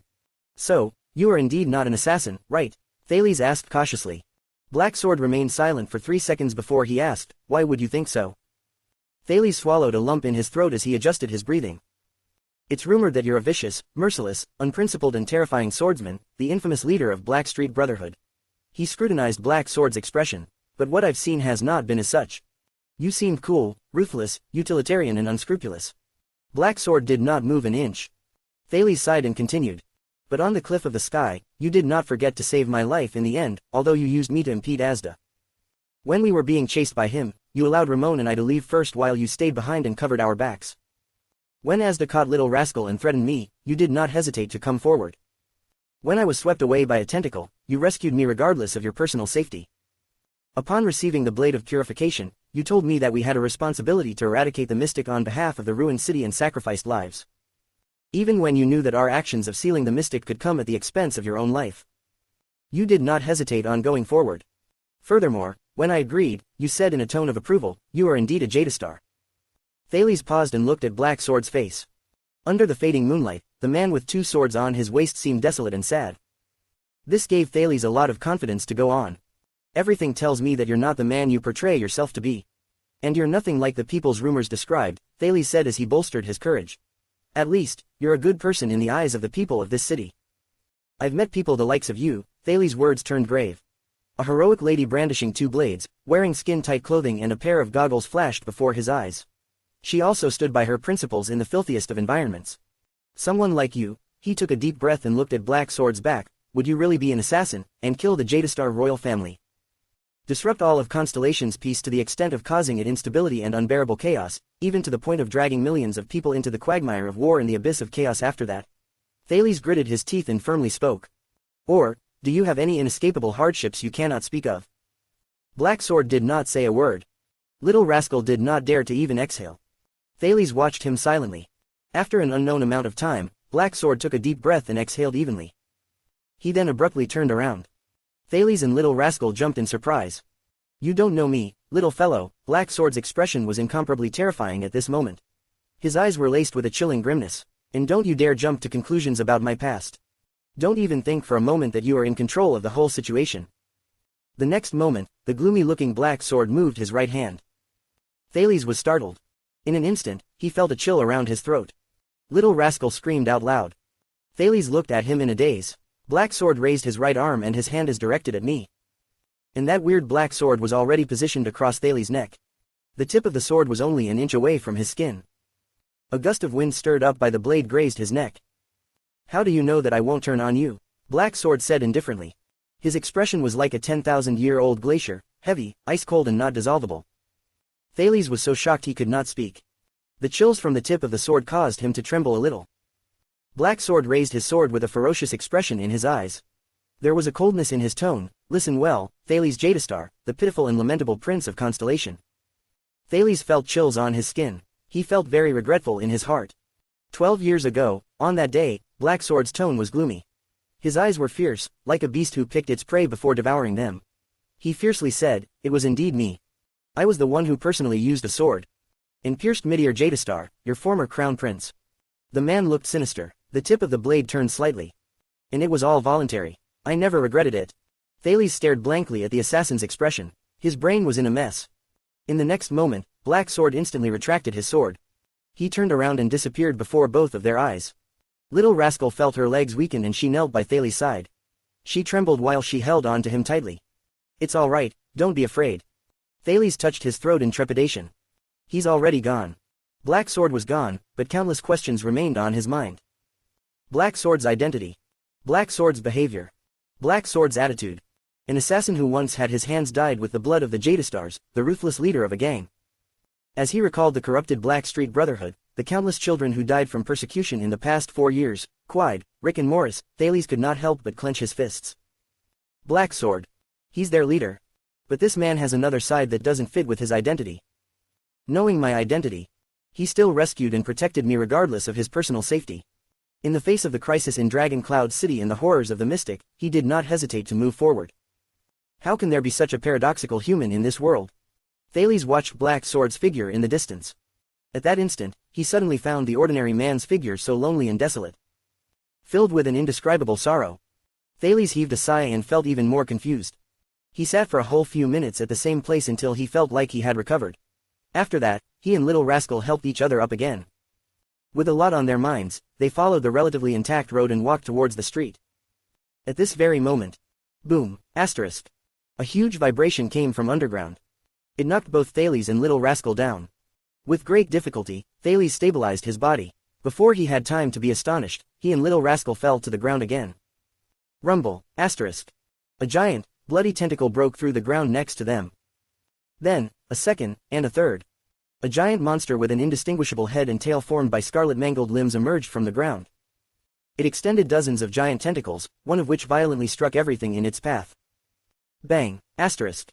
It disintegrated a half-ruined house into fine powder. Amid the smoke and dust, Thales stared blankly at the lively, barely weakened Hydra before his eyes. How can this be? Giza. Wasn't she sealed already? How can this be? Chapter 185 Thunder rumbles in winter. Dirt and rocks tumbled down without end, and the Hydra roared violently. It waved its tentacles furiously amid the sizzling sound of flesh. The Hydra charged towards Thales and Little Rascal. Without any time to think, Thales reacted on instinct. Little Rascal was stunned with terror. Thales hugged her tightly and jumped aside. Bang! A tentacle smashed into the ground with a loud crash. It sank a portion of the street. Thales and Little Rascal coughed violently in the thick soot and dust. Quick cough, run, Thales said to Little Rascal through great difficulty. But in the next moment, another tentacle smashed the ground with frenzied roars. Ellipsis. Not far from Shield District, two men supporting each other conversed in an indescribably solemn manner. What did you say? Gleeward asked, shocked. Are you sure? Nicholas supported the veteran with a solemn face. I was saying that there is a reason why Kilika has a name, and had its own page in history. The Star Killer pursed his lips, his face becoming paler. The legend of the White Blade Guard says that Kilika is not the blood mystic's appendage or creation. It has a life of its own, and even though this monster maintains a close connection to its owner, it can survive independently. Gleeward inhaled deeply, his eyes were wide open. The lame, one-eared veteran's face twitched. Are you saying that thing, even when its owner isn't around? Nicholas nodded and supported Gleeward as he strode over a fallen little tree. Yes, if I'm not mistaken, it's King Reikaru's archenemy, Kilika, the evil Hydra. Nicholas raised his head and looked towards one direction, as though sensing something. Even after the blood calamity is sealed, it can move around on its own. Bang! With the residents' frightened screams, a massive, red monster that had not been seen for a while reappeared on a nearby street. As tall as a building dozens of stories high, its huge body carried a large impact force. Gleeward gaped in shock. Narrowing his eyes, Nicholas stared at the Hydra and took a deep breath. It was moving its limbs wildly and pounding the street so hard that soot and dust flew everywhere. Worse still, without the constraints of its owner, it will become more violent, more fearsome, more reckless. In the distance, a massive tentacle pounded the ground. Nicholas sighed. Gleeward looked extremely furious. He roared with resentment and anger. FCK. Right in front of their eyes, more than 10 madly screaming residents who just barely escaped death were smashed into mincemeat by the tentacle's massive force. Ellipsis. Another tentacle in the air mercilessly smashed down on the ground. Thales clenched his teeth hard, and as if the world was moving in slow motion, he grabbed Little Rascal and dodged the tentacle again by rolling on the ground. Bang! Again, they barely managed to dodge the Hydra's mindless and frenzied whipping. Thales rolled on the ground. The friction caused his knees to bleed from a scrape. Lying in Thales' bosom, Little Rascal's entire body trembled. Thales felt dizzy, his eyes and muscles ached incessantly. He had used the sin of Hell's River to the limit. Again, the giant tentacle swept towards them. Thales hugged Little Rascal tightly as she kept her eyes closed. He lowered his head quickly and hid behind a low wall. Boom. When they raised their heads, half of the wall had disappeared. Why did this happen? Gritting his teeth, Thales lamented his misfortune. If Giza isn't, then where is she? I would rather she come straight for me. Why does she play tricks on us like this? Does she intend to kill us like how a cat would kill a mouse by toying with it? He was furious. At the same time, Kilika seemed to be extremely furious too. It whipped its giant tentacle about crazily, pounding the ground without attempting to hold any of its power back, and swept away everything that moved. Bang! Dirt and rocks splattered over Little Rascal and Thales. The latter felt pain on his head. A stone had hit his head, causing Thales to feel his head swim. He shook and collapsed on the ground with Little Rascal's frightened screams. Thales panted and his chest felt heavy. He collapsed on the ground, still feeling dizzy. So tired, so painful, so sore. He had no energy left. Can I just lie here like this? Screaming, Little Rascal pulled Thales' arm hard, dragging him out. 1 meter, 2 meters. Just like how she dragged Thales away from Giza's clutches. Run, quick, Thales said. His mind was groggy. Run, quick. In a daze, his consciousness slipped away. Little Rascal was still not willing to give up. Gritting her teeth and holding back tears, she placed Thales' arm over her neck. With her thin and small body, she supported the boy's powerless body with all her might. Hold out a little longer. Thales regained some awareness. He subconsciously thrashed his limp and aching feet around, but he did not have the energy to hold up his body at all. Little Rascal stubbornly continued to carry him. Gritting her teeth, she shifted outside step by step. Thales. Bang. There was another smash. The massive vibration toppled the already unstable children. Thales rolled over while his mind was still in a muddled state. His eyes were half open, and his vision was a little blurred. His whole body ached, and he felt a little cold, too. Boom. At that moment, even the massive sound nearby made by Kilika was different to Thales. Whoosh. Ha, ha, he panted heavily. Thales felt little rascal desperately pulling him again. Damn it, this damned night, he thought powerlessly as he shut his eyes. Whoosh, whoosh. The second prince raised his trembling hand and tried to prop himself up from the floor. In the end, he let it fall without strength. Woo, whoosh. He panted weakly. Strange, why is there thunder? Woo, whoosh, woo. No, it's probably. Thales opened his eyes fully as he was dragged by little rascal. His mind was in a state of confusion. Probably my ears ringing. Why would there be thunder in winter? Whoosh, whoosh, woo. The ringing beside his ears continued. Thunderstorms in winter. He shut his eyes again and thought in his daze, isn't there a poem in the Han Music Bureau? Thunder rumbles in winter. What comes after winter? Oh, snow falls in summer, not till something ceases. At that moment, Thales felt the hand that was dragging him back relax its grip suddenly. Ha, little rascal, is she out of strength and giving up, too? Despite the vague haziness, Thales opened his eyes a little. Little rascal's stunned face appeared in his vision. He noticed something else. Sparkling droplets were falling from the sky.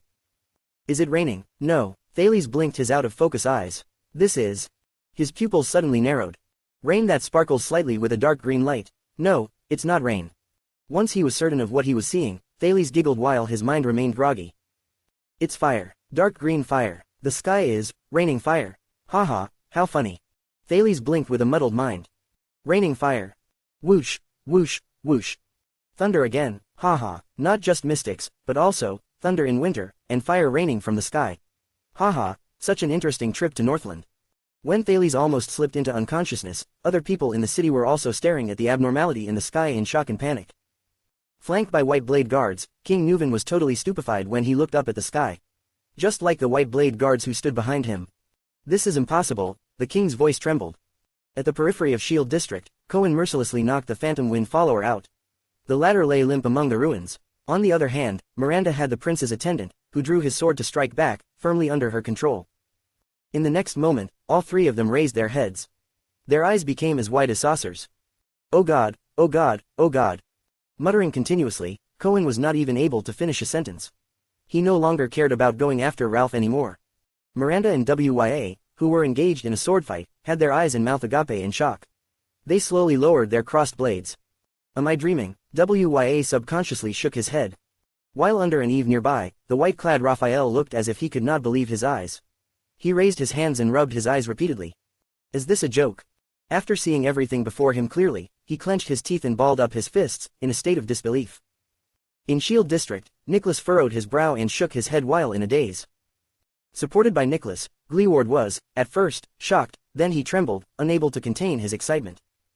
I knew it, I knew it. All the residents of Dragon Cloud City were gaping with amazement. They all stared at the dark green fire that rained from the sky. A burnt smell lingered in the air and gradually intensified. Thales detected the burnt smell and he opened his eyes with considerable effort. He saw a giant tentacle not too far away. It was burning in a dark green flame. His eyes widened. After recovering some strength, Thales finally took in what was happening. Green flames continued to fall. They fell right on the Hydra's body and its tentacles. The Hydra began to combust. Thales watched in amazement at the Hydra roaring in pain. The dark green flames were not huge in size, they were just tiny dots compared to the Hydra's massive body. They were even smaller than the sparks from dying flames. But the moment these flames came into contact with blood and flesh, they rapidly became larger, brighter, more brilliant. It was as though they were alive and conscious, and they would swiftly engulf all flesh in flames. Cowering in pain, Kilika no longer had the strength to lift its tentacles, as if those green flames engulfed everything in its body. Watching the strange, dark green flames, fear rose in Thales' heart. However, as if they possessed the ability to see, these seemingly merciless flames only fell on the Hydra's body, not even touching the ruins beside the tentacles. The flames continued to burn, until the Hydra stopped convulsing, until its massive body slowly crumpled on the ground, until all the tentacles turned into ash. Lying on the ground, Thales blinked and shook his head with all his strength, trying to make his fuzzy mind clear. At that moment, whoosh, whoosh, the wind roared loudly. It came crashing into his face and was deafening to the ears. And swept up soil, sand, snowflakes and ash. This unusually strong wind made Thales and Little Rascal incapable of opening their eyes. They had no choice but to cover their faces. The next second. Boom. A deafening sound echoed. The ground shook. Thales felt his entire body jolt. Their feet rose half a foot above the ground before crashing down heavily. Lamenting his misfortune, Thales clutched his arm that had knocked into a slab of stone. Before he had the chance to caress his aching buttocks, a substantial gust of air rushed forward with the kind of fearsome momentum that could break anything. Whoosh. More dust and soil was swept up. Thales hugged Little Rascal tightly and pressed himself to the damaged wall to hide from the strong wind. At that moment, Thales realized something. Asda, the air mystic is back. His heart felt a little calmer. The roaring wind died down. Panting, Thales and Little Rascal raised their heads slowly. The second prince felt Little Rascal freeze suddenly, then she started to tremble. Right, after all, Asda left such a great negative impression on her. With a sigh, Thales stood up. He looked towards the direction of the strong wind, and froze. He bit his lip and widened his eyes.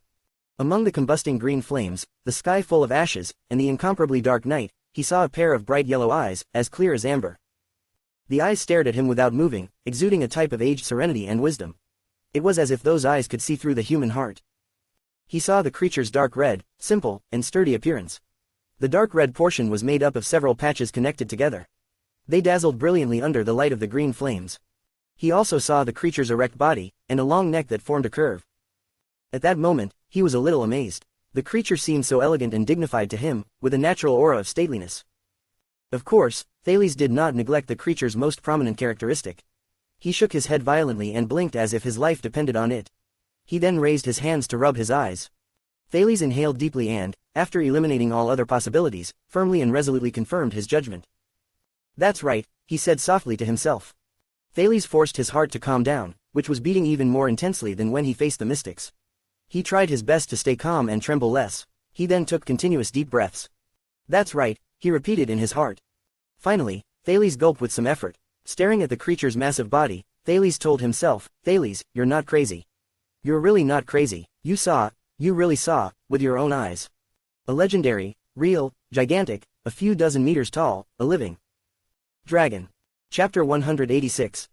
End of arc. A good name. The Eastern Peninsula, somewhere in an unknown fishing village. The winter sun hung in the middle of the sky. While a few seagulls cawed, a group of fishermen with skin darkened from fishing under the sun all year long, docked their special skiffs made for offshore fishing at a dilapidated jetty after coming back from the sea. Getting to shore with their meager catch, they lamented about how hard it was to get through winter. Winter was hard for them compared to those in the nearby towns, or even the cities a couple dozen miles away, with the resources and capital to mobilize galleons and catch rare fish in the ocean. Things were also easier for the people of status involved in the whale hunting business, as well as the bureaucrats running the salt fields and the underwater dark copper mining operations. No matter what, the winter for these fishermen were difficult. Even most types of seagulls had flown to the warmer sea to pass the winter, and the yield of those in offshore fishing were so bad, it was not enough for the fishermen to support their families at all. So, many of the men had to look for other sources of income to feed their families after they returned from the sea. They either collected conches and shells on the beach, helped out at the salt fields, engaged in hard labor at the whale oil harbors in town, or marinated dried fish at home. On the other hand, the women stayed at home to take care of the children, trying their best to earn some livelihood through sewing and mending of clothes. A person in a bamboo hat sat on a worn little chair beside the jetty while she skillfully weaved a fishing net in her hands with the thick rope and flax in her hands. She greeted the passing fisherman affectionately.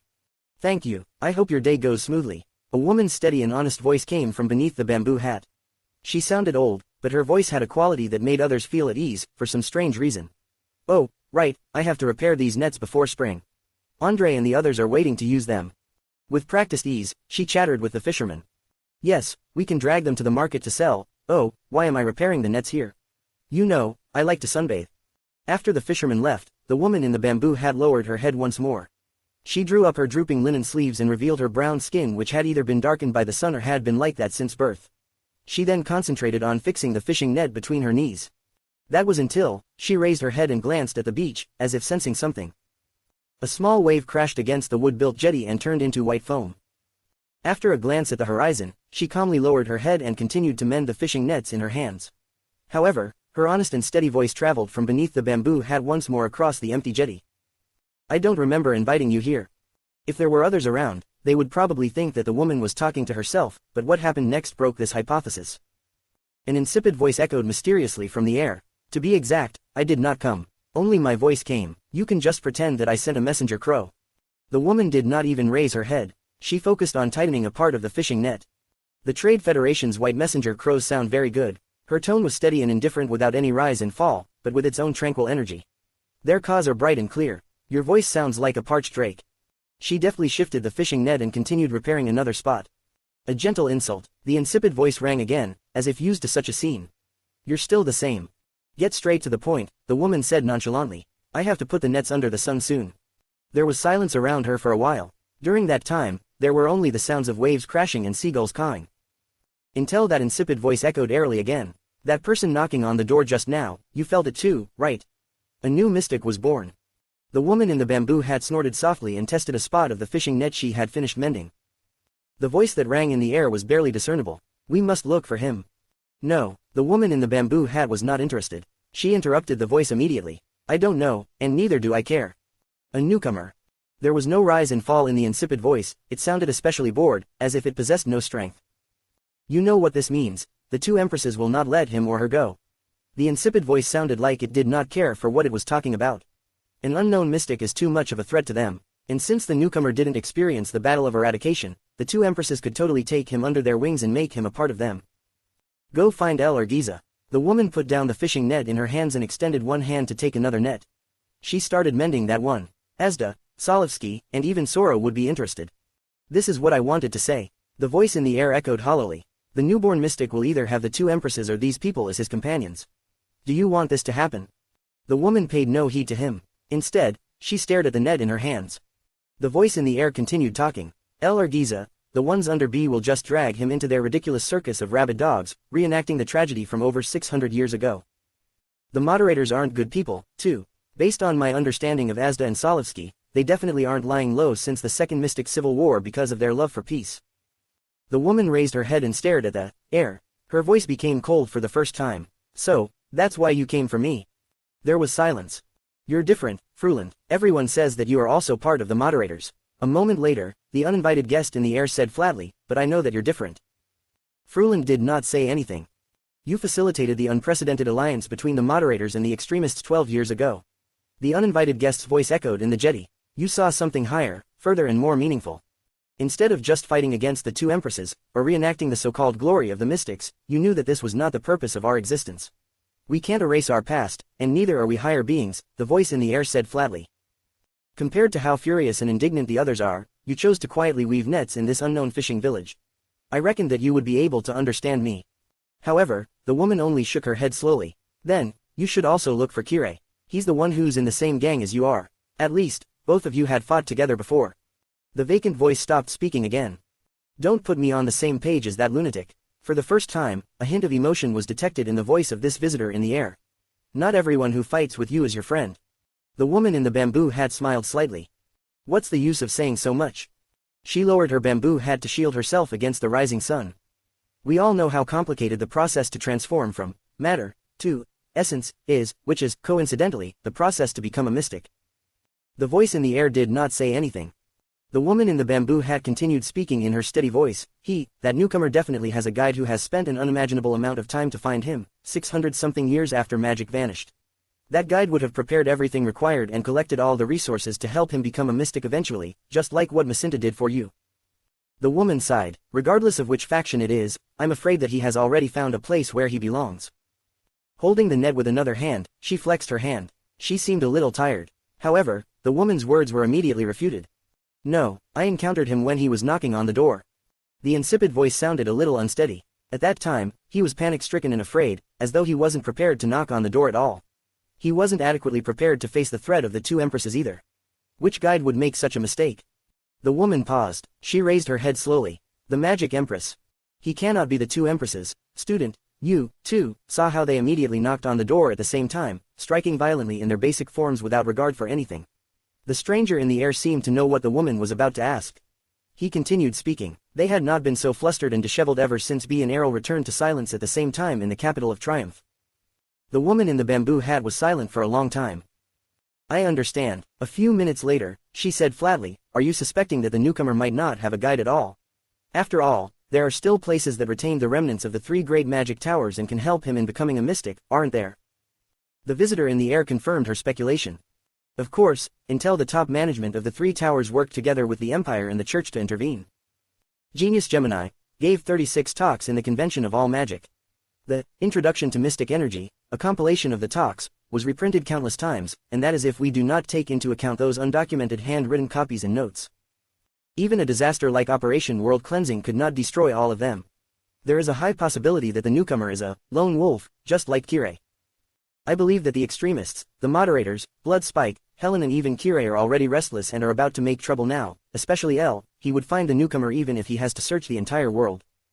Soon after they show unusual activities, sunset, sunrise, bright moon, dark night temple, even the various kingdoms and the 7 kings of hell will notice that something's wrong. It will be fine if they never find him or if only one of them finds him, but if 2 or more parties find him at the same time. Staring at the horizon, the woman in the bamboo hat tightened her grip on the fishing net in her hands. I need your help, Fruland. I need you to locate him, the visitor in the air said earnestly. If I am correct in thinking that you don't want the world to deteriorate further. The sound of waves and the caws of seagulls echoed one after another. The woman in the bamboo hat was silent for a long time. Finally, she heaved a long sigh and said flatly, I can't find him. What do you mean? The insipid voice said incredulously. With your ability, aren't you able to locate anyone the moment they knock on the door? The woman nodded slowly. Yes, when he knocked on the door, I could sense that he was in Maine at Knox. The voice ringing in the air sounded slightly delighted. This is good news. There are 3 legendary anti-mystic weapons in Maine at Knox, but they're all in Kirin Holy Capital. The bad news is that Blood Spike is near Maine at Knox. At this moment, the woman uttered the name of another place. In the Sea of Eradication. The insipid voice did not seem to know how to react. After pausing for a moment, he asked. What? When he knocked on the door, he was also at the Sea of Eradication, the woman explained calmly. How is this possible? The visitor in the air asked in disbelief. From Maine at Knox to the Sea of Eradication. The woman in the bamboo hat paid him no heed. Instead, she lowered her head and muttered to herself, the great desert. The late dusk woods. Sitting on the jetty with the sea and sky as her background, she continued speaking while fixing the fishing net. Various names of other places tumbled out of her lips, and also Glacier Queeker, Crocaw City, the Moors of Constellation, the Northern Prairies, the Yama Plains, Brave Souls Fort, Demon Sea, Dragon Cloud City. The woman in the bamboo hat trembled slightly. She accidentally ruined a portion of the net she was mending. Her words were calm but stern. These are not the only places I sensed. The moment he knocked on the door, it was as if he was standing in every corner of the world before entering his basic form. So, I can't find him. She extended her hand and adjusted her bamboo hat. I'm afraid that it's the same for the 2 empresses. Again, silence hung in the air. The woman looked at the fishing net in her hands again and shook her head slowly. There's no way for us to locate him. Another wave crashed against the shore. The woman on the jetty was silent. So, there's nothing we can do. The voice in the air was a little vacant. The woman raised her head and straightened her bamboo hat. Not necessarily, she said slowly. To be able to knock on the door means that he is already a fully formed mystic. He might not have a guide. He might not understand his ability well, either, the woman said flatly. Pay attention to unusual news from all over the world, from the rumors to legends. Since he lacks experience, he will reveal himself one day. So, the insipid voice said, we can only rely on all this to find him. The woman in the bamboo hat did not say anything. A slightly bigger wave crashed against the jetty, causing her linen dress to become wet. All right, last question. The voice in the air sounded a little dejected. He asked, testing waters, Taurus, how did he react to this news? The woman's hands paused. A seagull flew past a wave. Catching nothing, it could only fly back to its nest. The woman said slowly, how would I know? He is your guide, after all. The visitor in the air continued speaking, just like how Macinta is mine. The woman in a bamboo hat spoke slowly. There was disdain in her voice. Then you should know as well as I do, Zarkle, that ever since the Second Civil War, he never cared about anything related to us. Ellipsis. What is a great dragon supposed to look like? Raising his head dazedly, Thales stared at the massive figure. Illuminated by the green flames, the figure seemed to be a few dozen or even 100 meters tall. There were layers upon layers of dark red scales on its body, reflecting the light of the flames. Its broad wings were folded behind its gigantic claws, making it seem like a graceful noble woman wearing expensive clothes and a cloak. The outline of its face was unique but smooth, and its neck was long and straight, with no particular effort from it to appear as such. The 2 black horns on its head that extended parallel to each other towards the back gave the dragon a sort of praiseworthy magnificence, in addition to making it appear mysterious. Of course, that was only if you ignore the hideous and horrifying sharp thorns on its body. At that moment, Thales suddenly realized that Giza's black little monsters might be modeled after the shape of the great dragon. The dark red dragon did not move as it stared at the hydra that was roaring in pain on the ground. It did not seem to care at all. Burning in the green flames, Kilika's last tentacle trembled as it extended towards the dragon. The dark red great dragon turned its neck. Thales recognized the emotion in its eyes, disdain. In the end, Kilika's tentacle burned away completely on its way to the dragon, turning into ash that fell onto the ground. After all its flesh and blood was burned up, as if possessing its own sentience, the green flames did not continue burning. Instead, it extinguished slowly. Thales stared at the scene before him, holding his breath and trembling. My God, great dragons actually exist. Rustle. In the next moment, the great dragon turned its massive body without warning, causing a huge portion of the ruins in Shield District to moan, unable to bear with the dragon's weight. Shocked, Thales cowered a little. The great dragon placed its 2 claws on the ground and turned its body and neck. It whipped its tail, which had an equally beautiful outline, to maintain its balance. Rumble. The loud rumbling of soil and stone showed how gigantic the dragon was. The dark red dragon then lowered its head and looked at the 2 tiny figures on the ground. Thales' entire body shuddered violently. It can't be. Why is it? The great dragon looked at the 2 children. The 2 dirty, unkempt and disheveled children. Thales trembled uncontrollably and tried his best to strain his neck to look into the dragon's eyes. Those crystal-clear eyes like yellow amber did not move at all. However, as if by magic, they locked onto Thales. Little rascal shuddered, too, and hugged his arm tightly. Before arriving in Northland, Thales thought of all the possible scenarios involving the king, archdukes, nobles, soldiers, citizens, even the mystics, and the Blood Clan. He thought of how to react in various situations, including those involving elves like Ida. However, the situation at hand was the only one he had never thought of. A great dragon, is this a joke? Staring at the great dragon's seemingly profound gaze, Thales felt a chill run down his spine. What do you mean by this? At least give some reaction. Why are you staring at me without saying anything? At the same time, Little Rascal said with a quiver in her voice. Red wings, green flames. Little Rascal's face was pale, and her lips were greenish as she trembled violently. She said in a shaky voice, that's Queen Chlorosis. Thales shuddered fiercely. He opened his mouth wide and turned his head around in disbelief. The queen, Thales stuttered, the queen of the sky. Little Rascal was shaking like a leaf. At the same time, she was oddly excited. Tugging at Thales, she said with certainty. Yes, Extits, first queen. Thales felt a little dizzy. He took a few deep breaths, then turned his head back again and raised it as high as possible. He looked at those large, bright yellow eyes. The black pupils made him feel greatly pressured. He stared at the legendary great dragon who had been missing for over 600 years. Thales could not help but avert his gaze a little. He glanced at the cliff of the sky in the distance, and then at the statue of Rikaru on it. He then looked at the great dragon's massive body, then back at the cliff of the sky. He felt as if he knew why she, the queen of the sky, left Extit and never came back. If the cliff of the sky was the queen of the sky's imperial palace, Thales roared furiously in his heart. With her size, she can't live comfortably there at all. These unfilial descendants of Rikaru, it was deliberate, wasn't it? At this moment, the great dragon exhaled hard through her nose. Whoosh, asterisk. The strong air current swept across the ground, making Thales and Little Rascal tumble. Thales steadied himself on his feet with great effort. The great dragon turned her head slightly but kept her gaze fixed on them. Her gaze seemed a little contemplative in that moment, and simultaneously, a little impatient. Thales could not help but feel apprehensive. He nudged Little Rascal as he recalled something. Hey, staring at the increasingly unfriendly gaze of the great dragon, Thales said fearfully in a low voice, I remember you telling me that there's a specific set of protocols when we present ourselves to the Queen of the Sky. Little Rascal was stunned before she sucked in a sharp breath of air. Right, I forgot just now. There was panic on her face. She did not dare raise her head to look at that dragon. Only her terrified words could be heard. The dragon hates disrespect and rudeness. Thales understood what she meant and quickly yanked Little Rascal's sleeve. What should I do? He asked with gritted teeth. I think it's time for you to tell me. Little Rascal finally registered what was going and talked rapidly. Hence, under the dragon's gaze, the 2 children began bowing in a hilarious manner, with Thales obeying Little Rascal's instruction. First of all, we have to kneel down on one knee, Little Rascal said with a stutter, but the more words that tumbled out of her mouth, the smoother her descriptions also became. They knelt down on the ground. You have to kneel on your right knee, Little Rascal corrected him sternly. Kneeling on your left knee is used during the ancient Northland's marriage ceremony, where a newlywed couple swear an oath to each other. The second prince quickly changed his foot obediently. His actions were slightly clumsy and slow. Then, like the military protocol for the ancient empire and the knighting ceremony for knights, curl your right hand into a fist and place it on your chest. Little Rascal became smoother with her words, as if she had forgotten her fear towards the dragon. Your left hand should fall naturally. Thales decided to not just listen to little rascal's words, he simply watched her actions and quickly imitated her. Lower your head respectfully, for at least 3 seconds. The dragon continued staring at them, unmoving. Only the light breeze created as she breathed through her nostrils reminded them of her existence. Then, one after another, we must report our full names. Little rascal spoke with a quiver in her voice, O great queen of the sky, your royal majesty Queen Chloris, I am.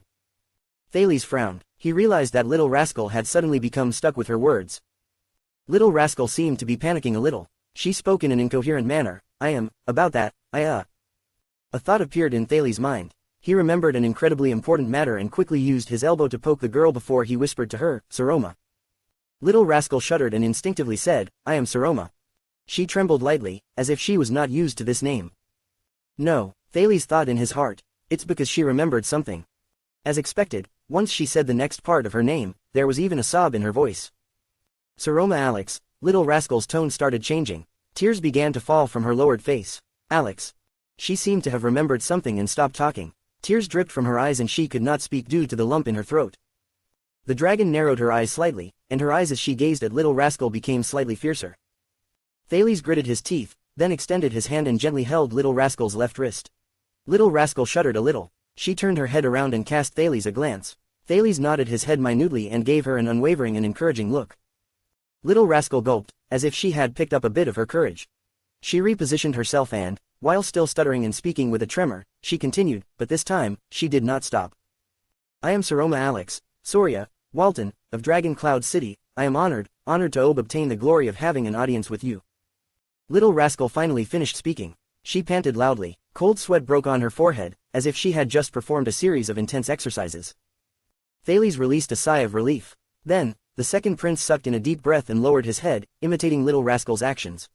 With the most stable and respectful voice he could imagine, he said calmly. O great queen of the sky, your royal majesty Queen Chloris, I am Thales Theron Garana Kessel Jadastar of Eternal Star City. I am honored to obtain the glory of having an audience with you. Once he finished speaking, Thales let out a breath of relief again. What happens next? With his head lowered, he poked the girl beside him once more. This time, little rascal's answer was very simple. We wait. They started waiting quietly while they knelt, not daring to speak, to lift their heads, or to move. They had no idea how many minutes had passed. Only the sound of the howling, freezing wind and the crackling flames could be heard. Eventually, Thales became slightly incapable of controlling his curiosity. He raised his head a little. Little rascal saw his movements and became so terrified that her face turned stark white. Thales' gaze was directed towards the spot above him. It would have been better if he had not glanced at it, because when he did, Thales jolted. When little rascal saw how Thales acted, she could not help but started lifting her head as well. Then she, too, was frozen stiff with fear. A gigantic head with scales had stopped right above their heads. What the FCK? Thales' breathing had quickened to the point where there was no possible way it could become any faster. The queen of the sky had long since lowered her head. The scale closest to them on her nose was less than a foot away. The dragon turned her head to reveal the eye on her right side. Her bright yellow eye, the color of amber, was getting closer to them, as if she wanted to see them clearly. This action caused Thales' breathing to freeze. He knelt on the floor in a daze. During that instant, he seemed to have forgotten everything around him. The only thing he saw was this dragon. Little rascal trembled slightly and her breathing hitched. Their images and faces were reflected in the dragon's eye. The two children's faces had turned white with fear. They were dumbfounded and remained in the same position without moving. If anyone saw their own reflected images, they would probably not laugh. That was the case for the both of them. The two of them did not even dare breathe out loud and could only stare at the dragon while she sized them up. After a moment, the dragon withdrew her head slightly. And when the stress-inducing eye left their sight, only then did Thales suck in a breath again. Then, something out of Thales' expectations happened. Little rascal shuddered and let out a frightened cry before she shrank back. She started looking around wildly. Thales quickly turned his gaze and stared at the dragon. Did she do something? But the dragon remained unmoving. Little rascal finally quieted down and stared at the dragon blankly. Questions rose in Thales' heart. In the next moment, little rascal's panicked voice rose into the air.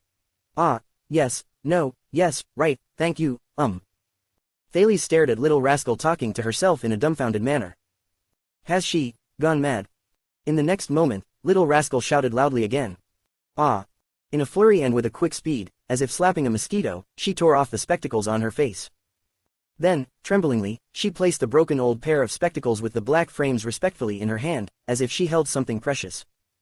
The girl was shivering like a leaf and almost cried.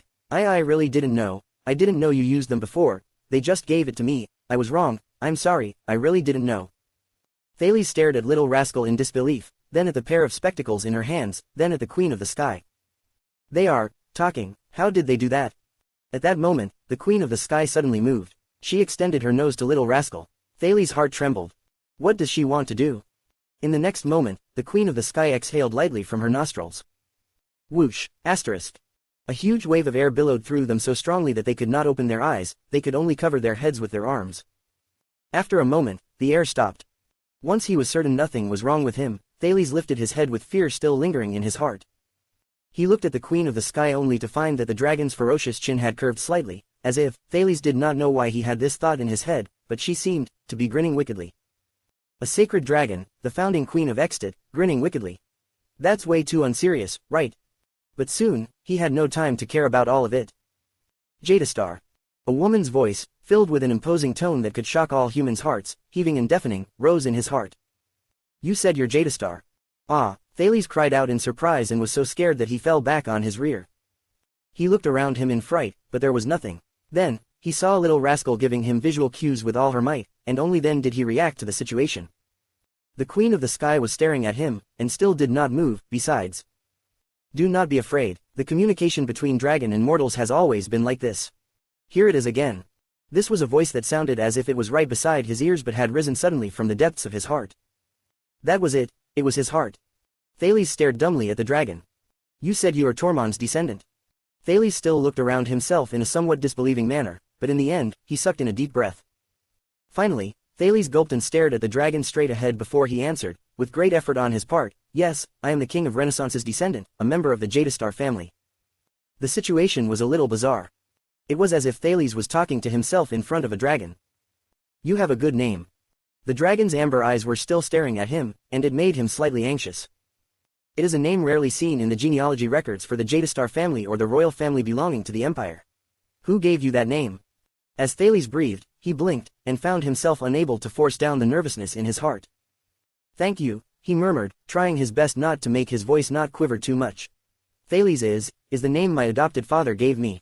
Thales suddenly realized that he could not tell what language she was using to speak in his heart, but he could understand it nonetheless. No, the dragon used that strange language to continue speaking to his heart, and her face remained still in the air. I am talking about your second name. Thales was momentarily stunned, until he understood what the dragon meant, and his expression changed drastically. My second name, that is, Theron, Guarana. A voice with a strange rhythm rose in his heart. That meter and rhythm sounded as if she was reciting poetry.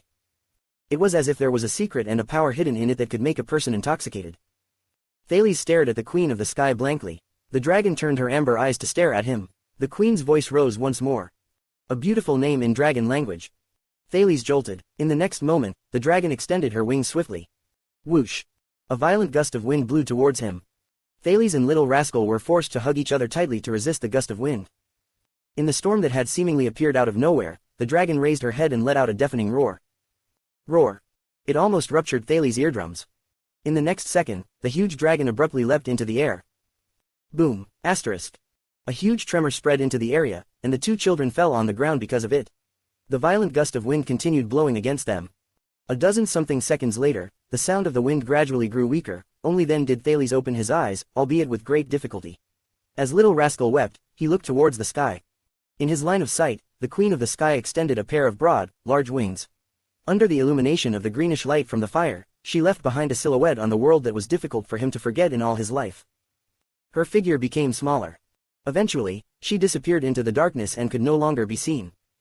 Chapter 187 The night ends, the day breaks. Arc 4, Blood of the Dragon.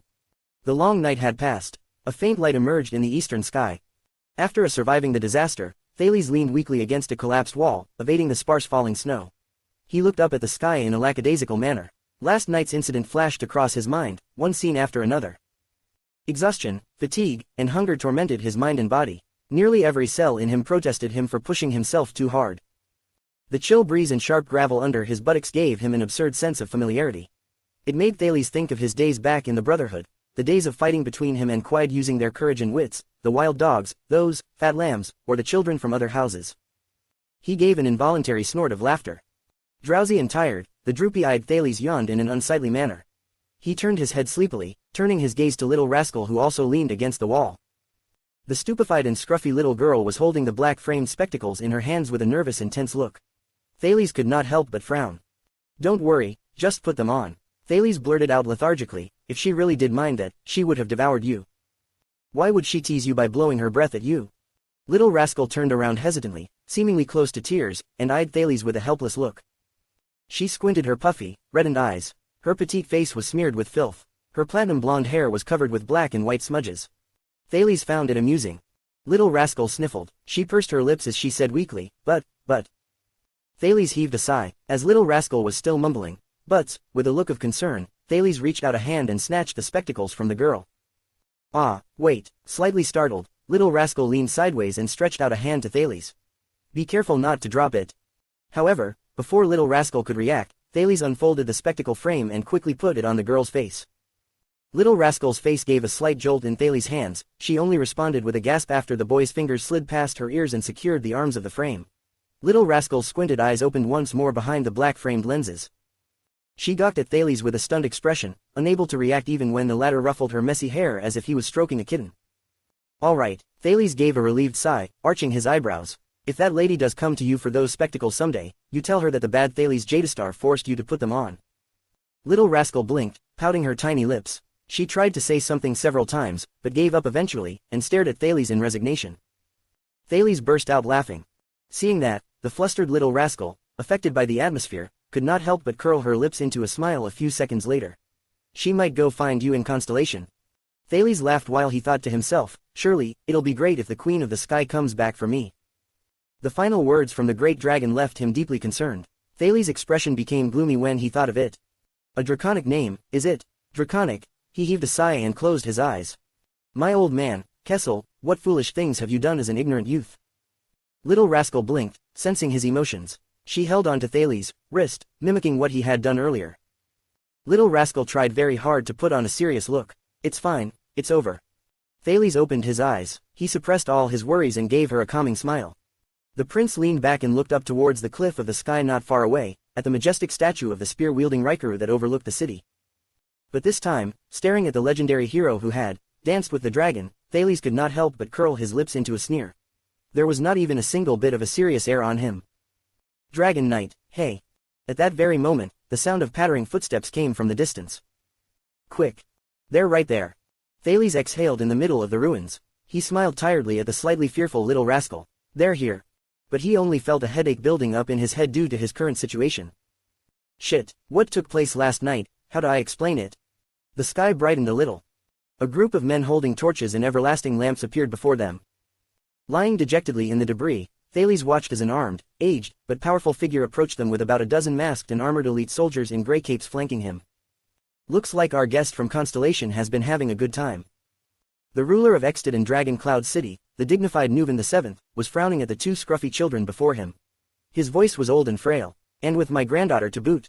Thales sucked in a deep breath and struggled to stand up. Little rascal had already gotten to her feet. He patted the dust and snow off himself while his thoughts raced. He said coldly, "Yeah, Dragon Cloud City has given us lots of fun memories last night." King Nuven's expression changed, seemingly amused. "Thales Jadastar, don't you have anything to explain for me?" The white blade guards around him wore grim faces and stood immobile behind the king. Thales' thoughts raced and spun. He glanced at little rascal behind him. The girl seemed to have a fear of King Nuven that could never be conquered. She started shaking the moment she saw him, recoiling in horror and trying to avoid catching the king's eye. "I have to provide an explanation that makes sense. A maniac abducted us." Thales rubbed his head, lamenting in anguish. "And then, you saw what it did."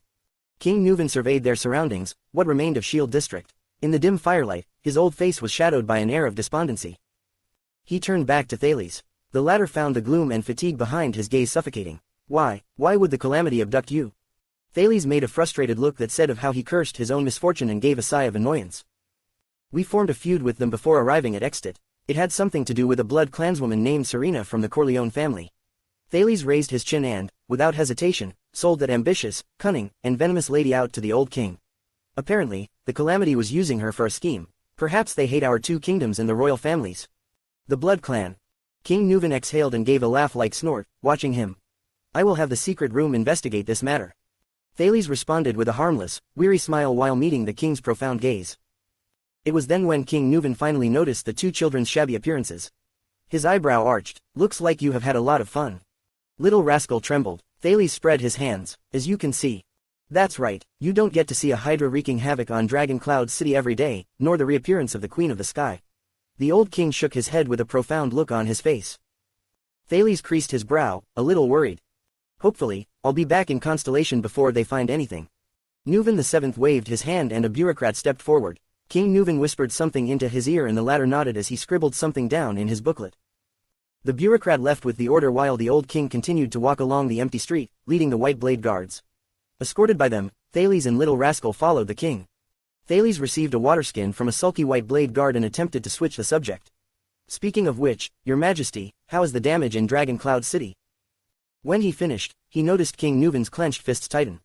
"You've seen it, look at this, it looks like it has been through a war." The old king's aged voice hinted at exhaustion and sadness. "That son of AB*TCH calamity." Thales tilted his head and blinked. "I just lost the entirety of Shield District." King Nuvan scowled and strode over to a collapsed house beam, surveying the damage with a grim look. The number of evacuated residents does not even reach a third of the district population. As for other districts, they are not as badly affected. Thales gave a sigh of relief. "That's fortunate. At least his operation with Black Sword was executed on time." That's fortunate, that's fortunate." The king mumbled, repeating what Thales had just said. He peered at a decapitated leg sticking out from the debris, sighed, and gazed at Thales calmly. The expressions of a dozen or so elite guards around the king turned sullen. The prince choked on the water he was drinking. Beside him, Little Rascal lowered her head until it could go no further, as though she was trying to dig into the ground. As Thales coughed continuously, King Nuvan took a deep breath and glanced at the ruins around him. "You know, we couldn't summon the army to fight that calamity." The old king closed his eyes halfway. A hint of weariness appeared on his old, wrinkled face. His tone was flat and monotonous, but strangely terrifying. "We merely let the White Blade Guards don their anti-mystic equipment and tackle the monster in separate units, many of which have not reported back yet. They have probably suffered heavy casualties." The White Blade Guards' breathing quickened. Nicholas and Gleeward each went after the enemy alone with their weapons. "Now, the calamity is gone, but up till now, we've received no news from them." Thales' eyes became round as the soldier beside him rudely snatched the waterskin back. King Nuvan kicked a plank aside and continued his emotionless yet grievous speech. "A lot of people saw the Hydra, and their fear spread into the entire city. Dragon Cloud City is in a state of chaos. We had to evacuate the neighboring regions such as Armor District, and because of these citizens are evacuating to the other regions, these regions are now overcrowded." The old man's breathing became heavier. The patrol teams were also busy catching those who availed themselves to other people's unattended possessions. "If it wasn't for the sudden appearance of the Queen of the Sky, which calmed some of the people, I would have become the first Extachian king who subdued his people with armed forces." King Nuvan wore a calm expression. His gaze was sorrowful, his voice was deep and heavy. The administrators had their hands full dealing with the questions from various aristocrats and vassals so that a certain hot-headed person won't bring a batch of people over here from either within the city or outside the city, also that they can prevent him from sending food to the calamity. King Nuvan sighed dispiritedly. Thankfully, a few of the men were dead drunk after last night's banquet, or else the administrators would have more work to do. On a side note, I have 4 archdukes cowering in the heroic spirit palace, waiting to have a good laugh on their common elected king. When he said this, King Nuvan laughed with a grimace. The wrinkles on his face deepened. "Oh yes, and a prince of our adversary meandered on the street with my granddaughter in the middle of the night." Thales shrugged, embarrassed. "I also feel regretful." King Nuvan ignored what he said and instead shook his head with a complex expression, heaving a long sigh. "And the work arrangements to sort out this mess, can you imagine?" The king's eyes brimmed with desolation. Hundreds dead, families torn apart, injured that need saving, a district that fell into ruin in one night, damaged assets and properties, all needing a large government subsidy we do not have in the first place.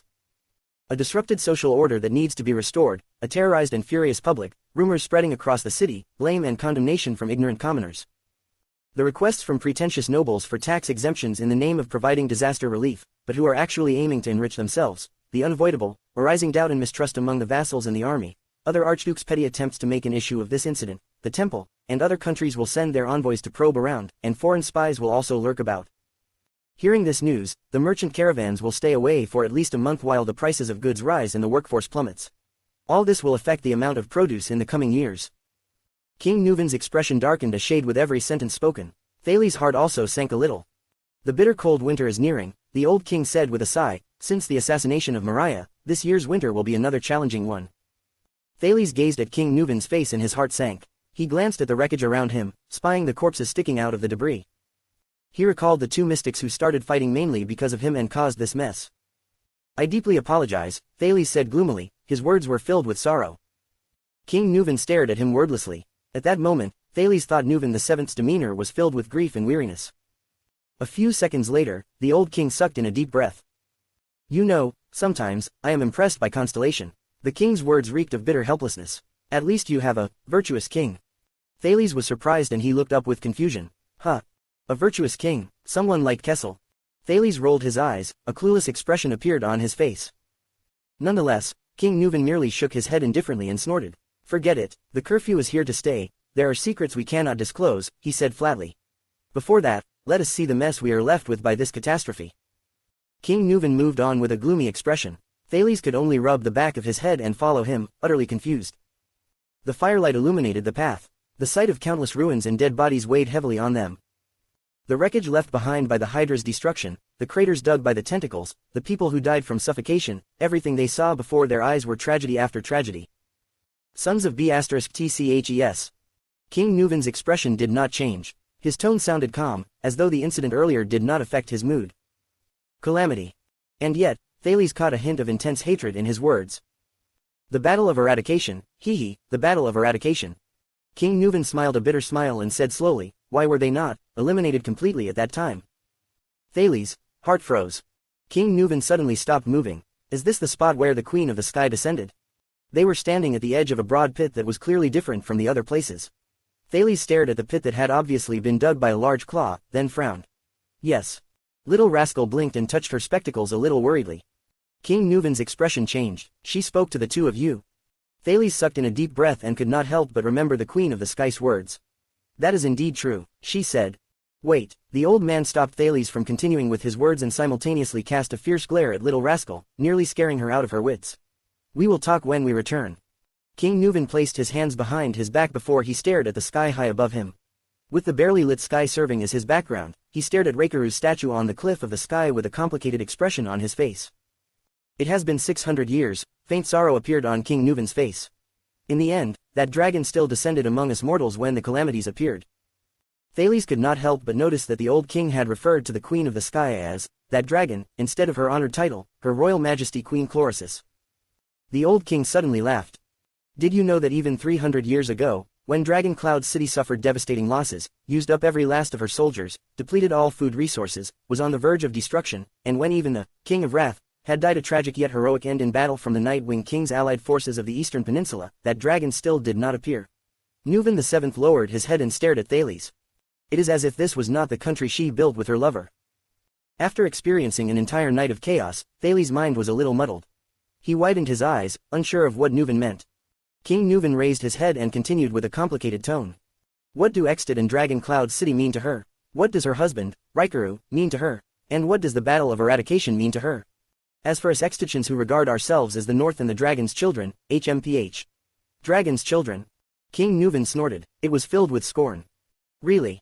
Thales noticed that when King Nuven was busy being sentimental, Little Rascal's eyes moved, as if she had something to say, but she looked like she had remembered something else, and fear showed on her face. In the end, she lowered her head again. We Constellations regard ourselves as the heirs of the Empire, do we not? Thales could not help saying, but in the end, we are still not the Empire. King Nuven lowered his head swiftly and fixed his gaze on Thales. The oppressive air radiating from that piercing gaze caused slight discomfort to the second prince. Only after some time had passed did the old man cast Little Rascal a glance before he said faintly, You protected her, did you not? You protected my granddaughter even under that kind of danger, right? Thales and Little Rascal were both stunned before the latter instinctively moved closer to Thales. I can tell that her gaze when she looks at you has become different. King Nuven's expression did not change. He stared at Little Rascal without moving his gaze, making her even more nervous. Thales touched his head and sensed Little Rascal hiding behind his back. He said a little awkwardly, about that, we should all help one another. King Nuven stared at him for a full 3 seconds and did not speak. King Nuven then put on a very thought-provoking expression and spoke in a cryptic manner that would cause others to consider his words. You know, I've pondered over your words later on. Thales' hand that was touching his head suddenly froze. He was slightly surprised and bewildered. What? We are not born to be used for schemes, plots, and shrewd ploys. King Nuven appeared indifferent, but there was an aged and calm air in his words. Perhaps, for the storm the Waltons are about to face, what we should rely on most are not old nobles skilled in weighing out the pros and cons of a situation, in fighting over power and influence, and knowing when to advance or retreat in a situation. Not their repetitive and short-sighted concerns, nor a conflict over power, where that power can be shifted back and forth between people through various bargaining chips. The king lifted his head and stared at the statue above him. It is the glory which shone on the heroes of the past, which we have lost for far too long. Thales stared at the guards around him in slight puzzlement, but they were only surveying the area with wary gazes while they waited quietly for their king. King Nuvan stared at the statue of the king of the Dragon Knights and sighed with great emotion as he said, perhaps a true hero such as Riker would truly have the glorious ability to make others obey him without hesitation, to follow him willingly, to die for him without fear, and to sacrifice themselves for him without any regret. Perhaps it is this dazzling glory that had built Extit. That glory caused even the dragon to willingly follow him. King Nuvan's expression turned gloomy after that. It also caused the dragon to not spare a glance at the descendants who have his blood coursing through their veins, and why she refuses to come to us. A thought appeared in Thales' heart and he could not help but blurt out the words.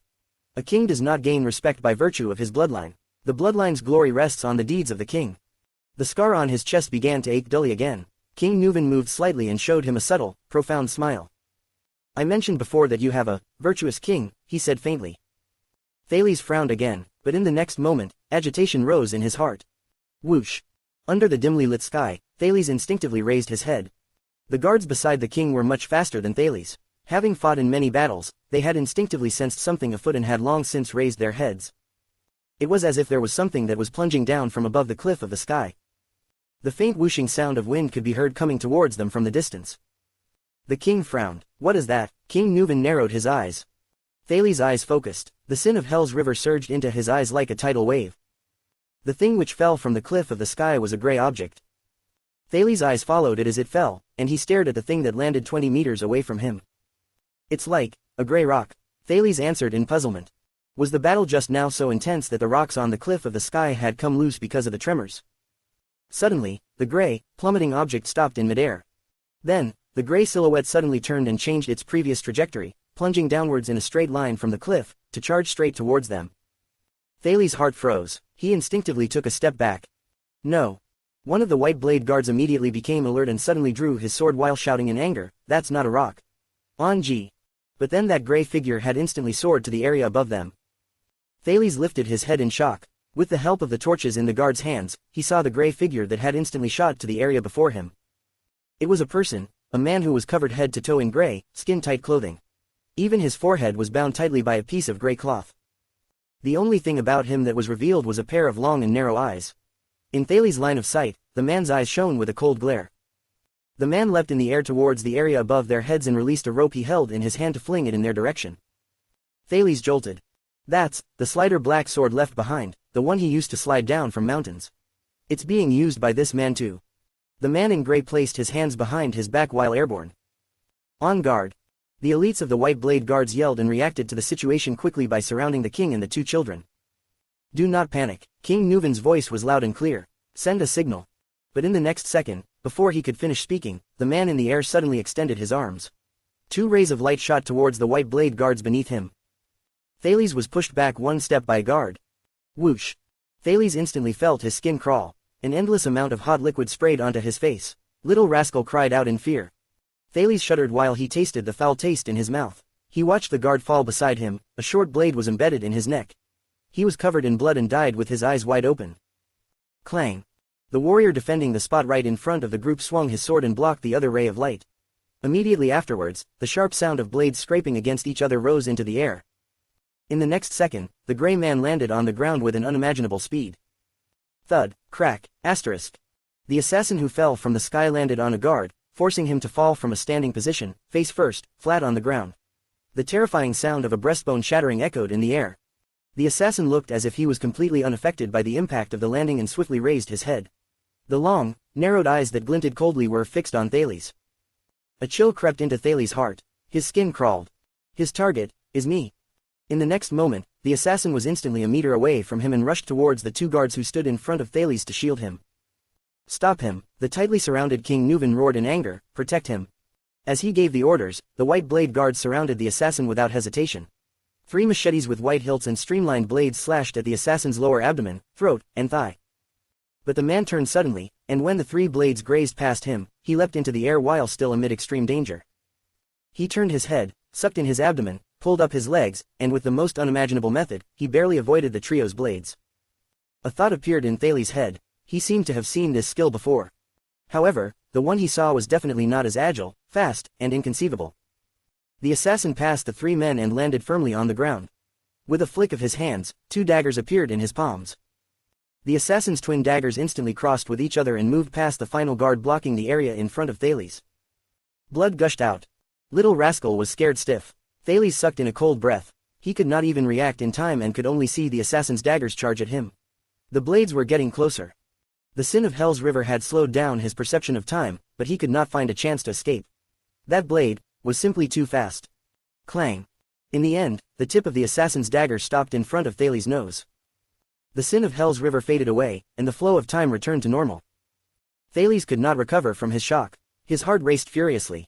The listless feeling gained just after surviving a disaster was gone because of the cold sheen of sweat that broke out on his skin at that moment.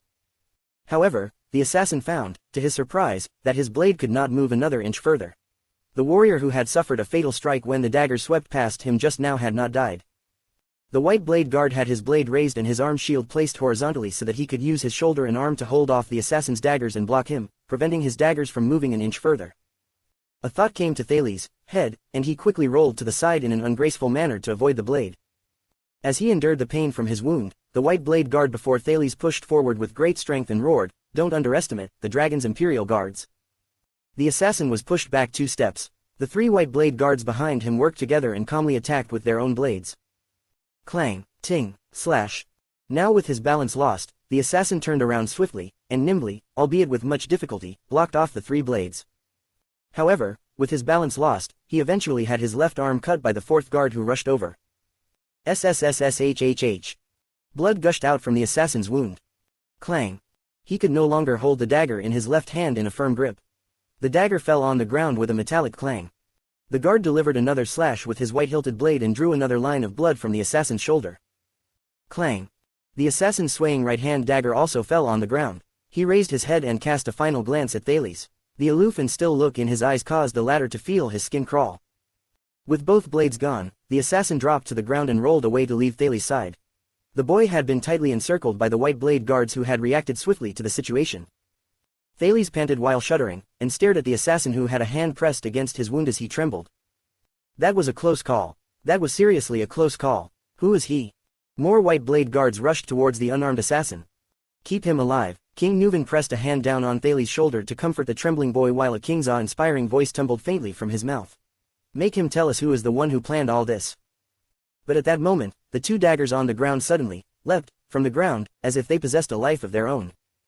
During that moment, a white blade guard, who had served longer than the others, seemed to have recognized the assassin and his expression swiftly changed. Be careful, the guard roared. Almost at the same moment, the assassin got up and turned back. With blood splattering all over the air, he moved past 3 people in succession to break out of the encirclement. He was so quick, the angles of his movements so hard to deal with, and his movements so nimble that the white blade guards in his path simply had no way of blocking him. The guard who recognized the enemy shouted angrily as if he had gone mad. With his companions, he rushed towards the assassin. He's the migratory locust blade. One of the 2 daggers on the ground bounced back into the assassin's hand in a bizarre fashion. The other went flying into the darkness. No one knew where it went. With one single dagger, the assassin's attacks continued in an unending stream, immediately slicing across a guard's throat. But only then did the guard's words travel into his ears. Ban at Charlton. During the next moment, while the shoulder cut by the 2nd guard served as a mild problem to him, the assassin gritted his teeth and made a terrifying arc with his entire body. He turned around and instantly moved past all the various obstacles. All the white blade guards and Thales trembled. But the assassin had already rushed out of the encirclement to flee far into the distance and disappear into the cover of the darkness in the ruins.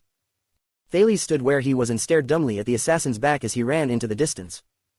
Ban at Charlton, could he be? Ah, little rascal's screams of grief suddenly rose into the air. Thales was startled and quickly turned around to look at her. However, before he turned his head, Thales felt something touch his foot gently. He jolted, then lowered his head slowly. The prince's eyes swiftly became as wide as saucers. He saw a round spherical object roll towards his feet, swaying slightly. Thales' breathing stopped. Several seconds passed. As little rascal screamed, Thales stood there, stunned, and simply allowed the fresh blood on the ground to seep into his boots. His mind was blank. He breathed in an idle manner and, with his head still lowered, he stared into the eyes of the common elected king who had ruled over Extit for 30 years, at the head of King Nuvan VII, which had long since been separated from his body. Shocked disbelief was frozen on the king's face. The other dagger, which did not fly back into the assassin's hand and had instead flown into the darkness, fell on the ground with the king's head, and it quivered slightly as it lay there. With pain, regret, anger, and a refusal to admit defeat, the dozen-something white blade guards cried the same word and their voices exploded out of nowhere. No. The first dim rays of sunlight appeared in the eastern sky. The night was over, daylight was about to arrive. Chapter 188. It is you. Under first glimmer of light, Nicholas, the Star Killer, lent his arm to support the heavily injured veteran, Gleeward. They stood in the middle of a ruin in Shield District. He looked at the approaching people expressionlessly. They were dozens of fully equipped patrol teams. What's wrong? Gleeward asked the Star Killer impatiently. They're just patrols. It's nothing. Nicholas's sharp gaze scanned the patrols in front of him, his pupils narrowed slightly. It's just a little strange. Gleeward frowned. Strange? Yes, His Majesty's edict, the Star Killer said suspiciously. Reasonably speaking, apart from the White Blade Guards, all troops are not allowed anywhere near Shield District. At this moment, a deep, sonorous male voice came from the crowd of patrols. Is that Lord Nicholas? The soldiers holding torches stepped aside, forming a passage. A middle-aged man wearing thick, lavish winter clothing with 8 braids tied into his hair, appeared before the both of them while clutching a sword at his waist. The moment he saw this middle-aged man, Gleeward, who was being supported, was slightly startled. Vlad. Bewilderment emerged in Gleeward's eyes. Is that you? A thought came to Nicholas. Vlad. He's a disciplinary officer managing Sword District bazaars. At the same time, he's also a big shot comparable to Gleeward among the underground influencers of Dragon Cloud City. The person in charge of Dragon Cloud City's underground black market. But why? I am sorry, Nicholas, the commander of the White Blade Guards, Nicholas said steadily, has His Majesty ordered to lift the curfew. Before the other party could answer, from afar, red flames rose into the sky. Nicholas's body jolted. Wait a minute, I recognize this. Gleeward looked thoughtfully at the fireworks in the sky. 14 years ago in the Deep Valley battlefield, when Prince Soria's unit was held back by the White Elves, you also shot a. Nicholas's expression was extremely unpleasant. Of course, because that is, the signal arrow of the White Blade Guards. The emergency call for help of the highest degree. As the Star Killer was about to say something, the man leading the patrol spoke first. As you can see, His Majesty has yet to remove the curfew, but we must defy his orders to come here. The man who wore the 8 braids, Vlad, had quite a terrible expression. He hastily made his salutations to Nicholas while he said anxiously, please come with me as soon as you can, we need to rush to the king's side immediately. Nicholas's face changed. What happened? Gleeward narrowed his eyes as a grave expression settled on his face. As someone who is also the head of the underground forces of power, his understanding of Vlad was slightly better than Nicholas's. The crippled veteran asked plainly, Vlad, all of you, did you find something through your channels? Vlad nodded and exhaled a breath. He said with an unpleasant look, the news we just received, we have reason to believe that tonight, there are enemies who have infiltrated Dragon Cloud City during the chaos. Nicholas was surprised. He and Gleeward exchanged a glance. Vlad looked anxious. The braided man nervously said, they are attempting to assassinate His Majesty. Ellipsis. Thales unwaveringly held Little Rascal, who was almost scared silly. His lips were quivering. A good few minutes later, he blinked his eyes desperately as he stared at the aged corpse, wondering if everything before his eyes were real. That terrifying old man, the heroic, imposing, dignified, vicious, astute, and circumspect common elected king of Extit. The born king, Nuvan Walton VII. Is dead, just like that. Thales stood there, dazed. He watched the White Blade Guards tremble as they covered the remains of the king. Red fireworks rose above them. The emergency signal has been issued, said the senior White Blade Guard, the one who had identified the assassin, in a hoarse voice. He withdrew the crossbow that was pointed at the sky and looked at the old king whose head and body were located in different places. He looked dejected. Our leader and our other White Blade brothers will rush here soon. They will rush here. He choked up a little and could not say another word. He looked away. He could no longer look at the king lying on the ground. White Blade, the shame of White Blade. Another guard was bracing his wound as he knelt in front of a fellow guard's corpse. He clenched his teeth while crying. He said shakily, Your Majesty, right under our very eyes, we're all incompetent criminals. It's not over yet. A warrior who stood on the other side held a white-hilted machete firmly in his hand. His eyes burned with fury and hatred. We still have a mission. His Majesty's bloodline still needs our protection. After this.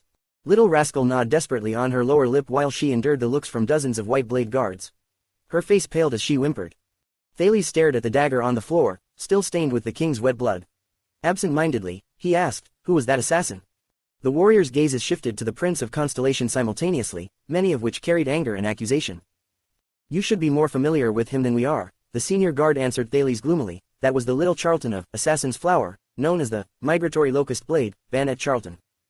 Quietly, Thales stroked the JC dagger behind his waist. The senior guard cast Thales a meaningful glance. 12 years ago, his brother killed another king. His last name was Jadastar. Thales subconsciously inhaled a deep breath. A few minutes later, they, who fired the signal arrow, finally received their long-awaited assistance. Uniform footsteps echoed as numerous soldiers arrived in front of them. They were the patrol teams of Dragon Cloud City, about 200 to 300 people. Thales raised an eyebrow. "That's a little strange." The White Blade Guards frowned collectively as they watched the oncoming soldiers. "Why the patrol teams?" The senior White Blade Guard chided the soldiers before him. "What about the White Blade Guards?" "Sir, we saw your signal and hurried here," a patrol soldier who looked like a disciplinary officer said worriedly. "We did not meet anyone on the way here. May we know what happened? Is there anything we can help with?" The senior White Blade Guard exchanged a look with one of his partners and slowly said, "His Majesty is hurt, he needs treatment."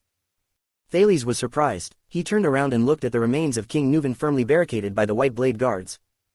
"What, could it be that? What, where is His Majesty? Is it urgent?" The disciplinary officer's face changed. "Sir, please come with us, we can escort all of you back to Heroic Spirit Palace." With a wave of his arm, soldiers of the patrol immediately came forward from both sides. However, slash, swish, shing. Without warning or hesitation, 10 or so fierce-looking White Blade Guard drew their blades in unison. Their blades were pointed straight at the patrolmen attempting to get closer. Their presence was astonishing. The agility and sequence of their movements made them seem to move as one person. Little Rascal was startled for a while and looked at Thales in bewilderment. Thales quietly squeezed her hand in return. "Calm down," he gestured with his eyes. "Sir," the disciplinary officer of the patrols looked stupefied. He failed to understand, so he said, "What are you?" The senior guard interrupted him. "If we were to accept your escort and move into your ranks," the White Blade Guard said coldly, "I'm afraid that we will all be encircled." The disciplinary officer was stunned. "Sir, I don't understand. Before I joined the White Blade Guards, I spent some time working for the patrols of Dragon Cloud City," the senior White Blade Guard said coldly. "I later offended Vlad before being forced to respond to a call at the front lines by the recruits. After a few large battles, I was finally picked by Caslin." The disciplinary officer furrowed his brow. The senior White Blade Guard stared intently at the patrols looming in front of him. His eyes swept across their palms that still held no weapons as he returned their calm, unwavering gazes. His expression sharpened. "How could I forget how our patrols became so elite, powerful and outstanding?" Upon hearing that, Thales' whole body quaked. So he's saying, he saw the patrols differently now. The disciplinary officer pursed his lips as if he was contemplating the other party's words.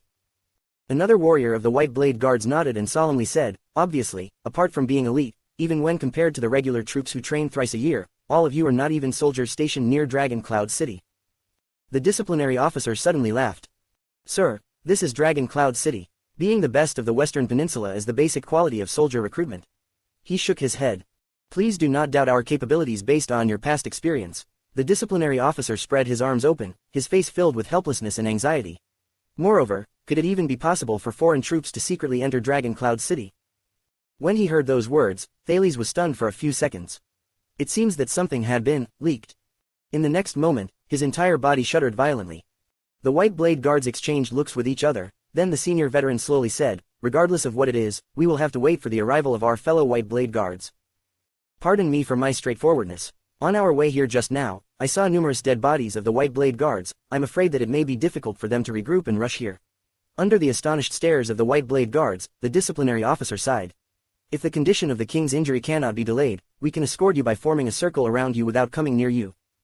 "No," a tender child's voice rang out. Everyone turned their gaze towards the boy who just spoke. They only saw the Prince of Constellation, Thales, who had his fists clenched. Thales panted heavily. In that moment, something seemed to have struck a chord in his brain. He had figured something out. "Don't believe them." Thales clenched his teeth firmly. Under Little Rascal's curious and fearful gaze, he trembled as he said, "There was, indeed, a garrison of elite foreign troops near Dragon Cloud City." The White Blade Guards frowned. Thales calmed his breathing as he thought a few things through. He did his best to speak steadily. "A team of elite regular troops who could openly walk into Dragon Cloud City with perfectly justifiable reasons, all of you are those very troops." The disciplinary officer frowned again as he looked at the prince who just spoke. Suddenly, a loud applause came from within the crowd of people. Ellipsis. 2 blocks away, several people from Constellation were locked in an intense confrontation. The second prince's attendant, WYA, laboriously raised his single-edged sword in a test of strength against Miranda's longsword. WYA trembled as he looked to the other side. Ralph, who had a heavily fractured arm, had already been easily defeated by the police officer, Cohen. The prince's attendant roared, "Don't kill him. We bear no malice." No malice. Opposite WYA, Miranda held her sword in one hand as she relentlessly held the attendant back, her eyes were sharp. "You were the ones who started it." "I don't know why either." WYA yelled anxiously, "But Ralph, this psionic is one of Prince Thales' men." "Thales? You mean one of the prince's men?" Cohen's expression was grave and solemn. He had one hand on his sword and another on Ralph as he gazed at his grief-stricken eyes and shook his head, "This hooligan of a gangster." "That's right," WYA pleaded nervously, "we're all members of the Constellation diplomat group. Miss Miranda, haven't we met before in Broken Dragon Fortress?" Cohen raised an eyebrow and turned to his female partner. "I know that you're the son of Count Gilbert Casso, the prince's attendant," Miranda said plainly, "but why are you here in the most dangerous place in Dragon Cloud City?" With clear eyes, Miranda looked at the surrounding ruins, then at WYA and Ralph. Her expression filled with suspicion. And not an heroic spirit palace guarding by the prince's side on a night when a calamity is wreaking havoc. Isn't it too suspicious? WYA firmly gritted his teeth. He felt his opponent's sword press down on the part of his own sword that made it the hardest for him to gather strength and strike. It was tremendously unbearable. "The prince has disappeared in the enemy's country. This sort of thing. I am not obliged to answer you." The attendant shook his head stubbornly. "The prince endured many hardships along the way to Extit, and you, 2 successors of great aristocracies with outstanding skill, sensitive identities, and a hatred towards the royal family, aren't your appearances here for no apparent reason even more suspicious?" "Suspicious?" Cohen snorted. "Then how would you explain this?" Raising Ralph's collar and disregarding the hatred-filled eyes of the other party, he coldly said, "I remember his nickname, Phantom Wind Follower, scum of the Blood Bottle Gang. Many days ago, he was still murdering and causing carnage on the streets of Eternal Star City. How did he become the prince's close attendant all of a sudden?" WYA was rendered speechless. "Don't try to lie to me." Cohen applied the characteristics of a police officer and frowned. "You should know that I was the one who crushed his throat." Ralph's eyes burned as he felt his numbed arms and spat violently. "No, you are not this cop, but that woman. It was that woman of the Charlton family with the dual blades." WYA only felt a splitting headache. "How would I know what this bastard did in the past?" Pushing against Miranda's sword, he took a step forward and roared in fury, "But he's my partner now." Cohen and Miranda exchanged a look. WYA held off Miranda's sword with every ounce of his strength, but he somehow felt that he could not win against her in terms of power. "Damn it, she just completely blocked off my every stroke and attack." Miranda Arund, the previous chief seed, is she really as unusual as the legends from the tower say she is? WYA clenched his jaw as a wave of the power of eradication surged into his arms, causing him to feel a slight prickling sensation. He shifted his longsword in desperation to throw Miranda off. The swordswoman held her sword in one hand, and with an ingenious twist of her sword, she deflected the opponent's momentum. This time, it was Miranda's face that changed. She clenched her teeth lightly. "Your sword style is not bad, and your intuition is great as well. It should be more suitable for powers of eradication like the Sword of Baptism's Death." Miranda took a step back and narrowed her eyes a bit. "But your current power of eradication can cause your opponents to feel a stabbing pain while they are fighting against you." A wary look clouded Miss Arund's face. She enunciated her words carefully. "WYA Casso, this weird power of eradication, what is your relationship to the disaster sword?" This time, even Cohen's face changed dramatically. WYA was stunned. "Weird power of eradication?" WYA shook his head in confusion. "What I learned was, the edge of no return, taught by Master Chartier." "It was her." "Shut up." Miranda's face was ice cold. "Daphne Chartier, one of the 8 supreme class scions of the Tower of Eradication, she was my teacher." The swordswoman flung the longsword aside and shoved the ponytail behind her head into her collar. Cohen knew that it was a precursor for her becoming serious. She spoke harshly, "And I've never heard of such a thing as, the edge of no return, from her." Wya's face changed. He anxiously said, "This is a recently developed power of eradication. All of you have already been graduated for 3 or 4 years. But the blonde police officer interrupted him, "Recently developed? You mean it's the power of the disaster sword, right?" WYA knit his eyebrows tightly. These stubborn people. Cohen's eyes were terrifying and he spoke sternly, "Don't tell me that you were also part of their plans to assassinate the prince. Were you their insider, prince's attendant?" Wya's head swam. He did not know how to handle this. Disconcerted, WYA adopted his fighting stance once more. His tone was laced with the flames of fury. "I will say it again. Both Ralph and I bear heavy responsibilities personally entrusted by Prince Thales. Your conduct and actions at this very moment are a betrayal to Constellation. Heavy responsibilities entrusted by a 7-year-old child. I know that His Highness is very clever, but there must be a limit to lies, Cohen said coldly. His left hand surged with the power of eradication and he flung Ralph, who had lost all strength to resist, aside. Bang! The phantom wind follower crashed into the wreckage, stirring up smoke and dust. Ralph did not stir, as if he had lost consciousness. Wya roared furiously. Miranda's sword suddenly came charging towards him like a moving snake. Clang! The woman's longsword struck the hilt of Ya's sword perfectly, causing the latter, who had yet to recover from his old wounds, to laboriously retreat 2 steps backward. Tell us what your mission is in detail, or your relationship with the disaster sword, and what you are preparing to do to the prince, Attendant Casso, Miranda said bluntly.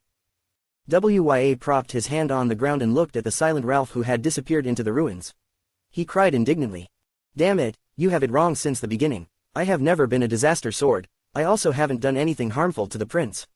Wya panted rapidly and clutched his shoulder. The wound that was torn by the Blood clan had been ruptured slightly. Upon hearing that, Miranda's face changed somewhat. Cohen's eyebrow twitched as he strode towards Wya. We've met your partners in Dragon Cloud City. All we need to do is probe around a little. But when the police officer took 2 steps forward, he was suddenly stopped by Miranda's extended arm.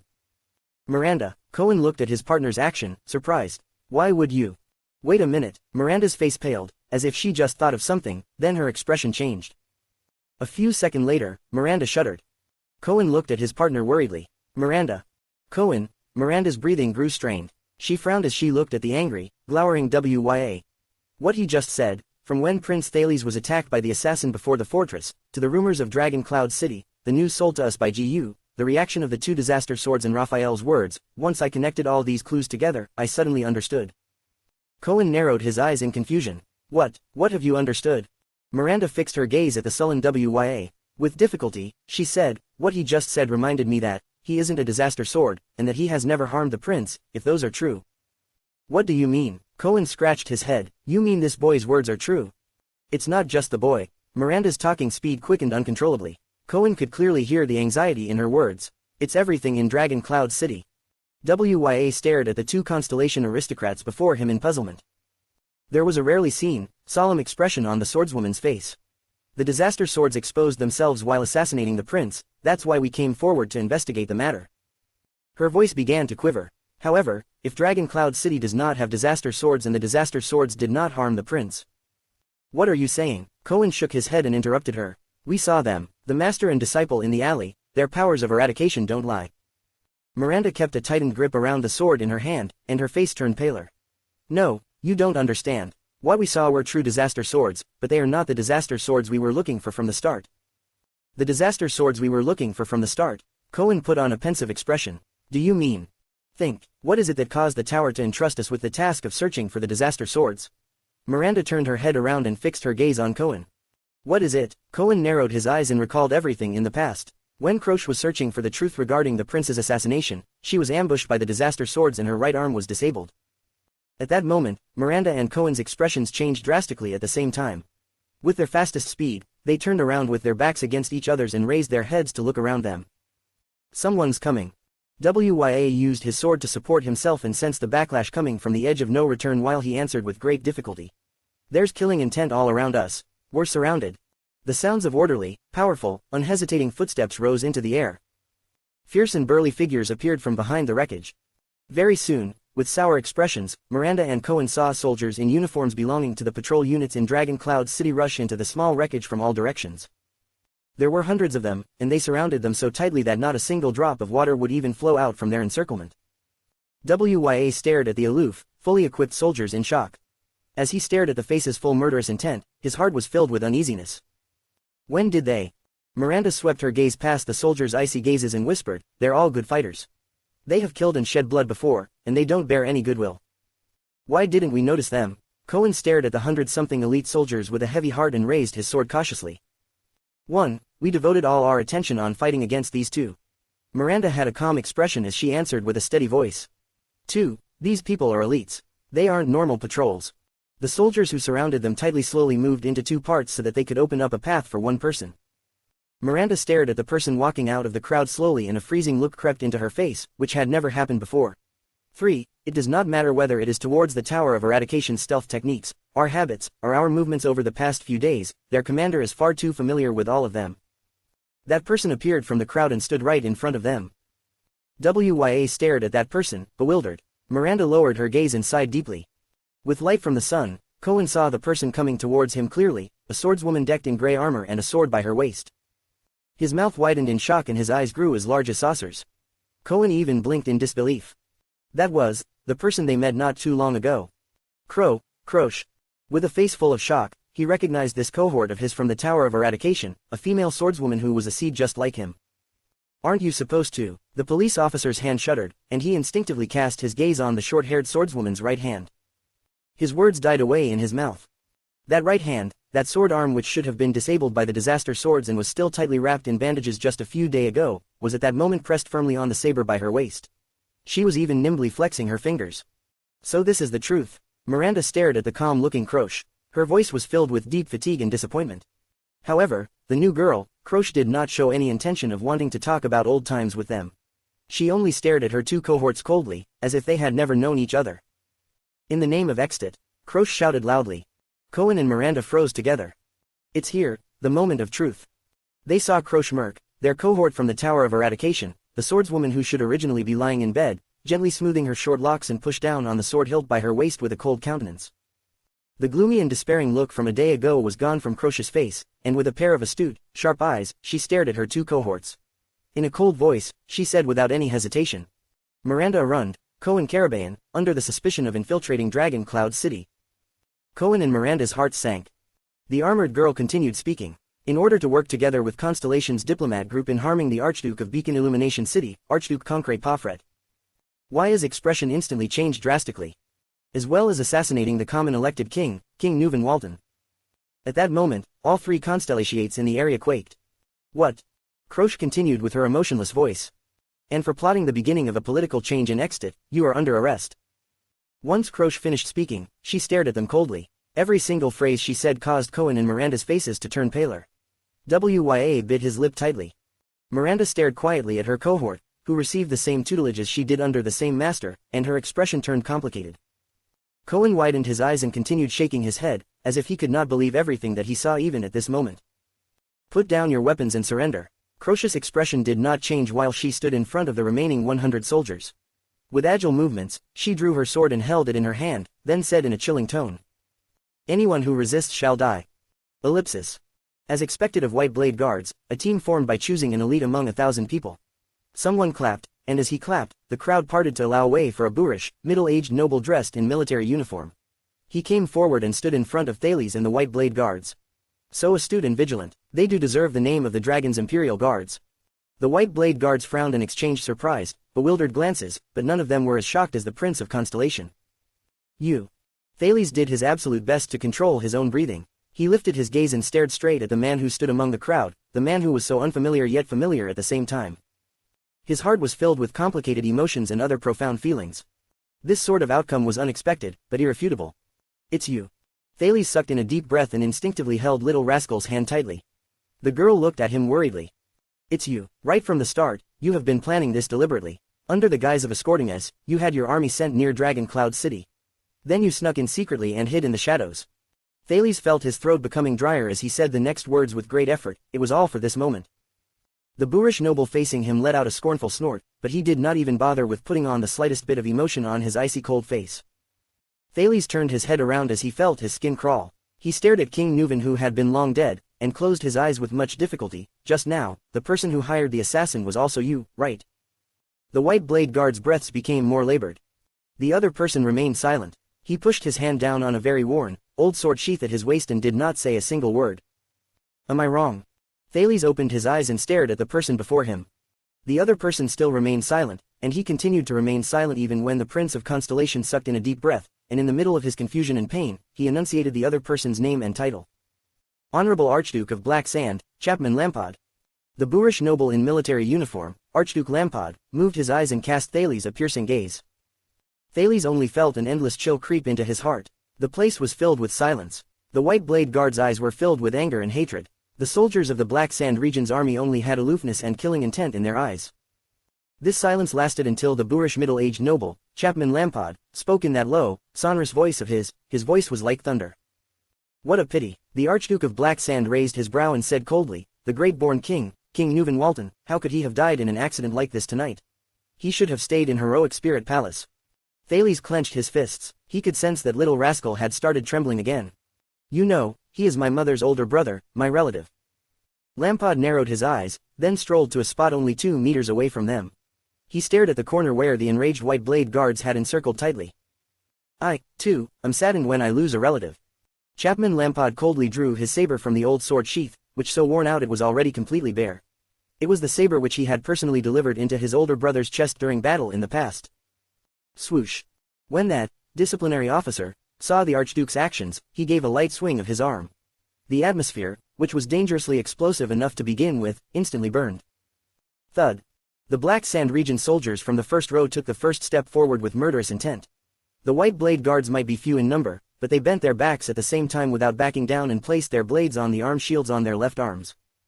Stand back, Black Sand region traitors, the senior white blade guard warned in a chilly voice, or else you will taste the fury of these white blades. But the soldiers from Black Sand region did not back down.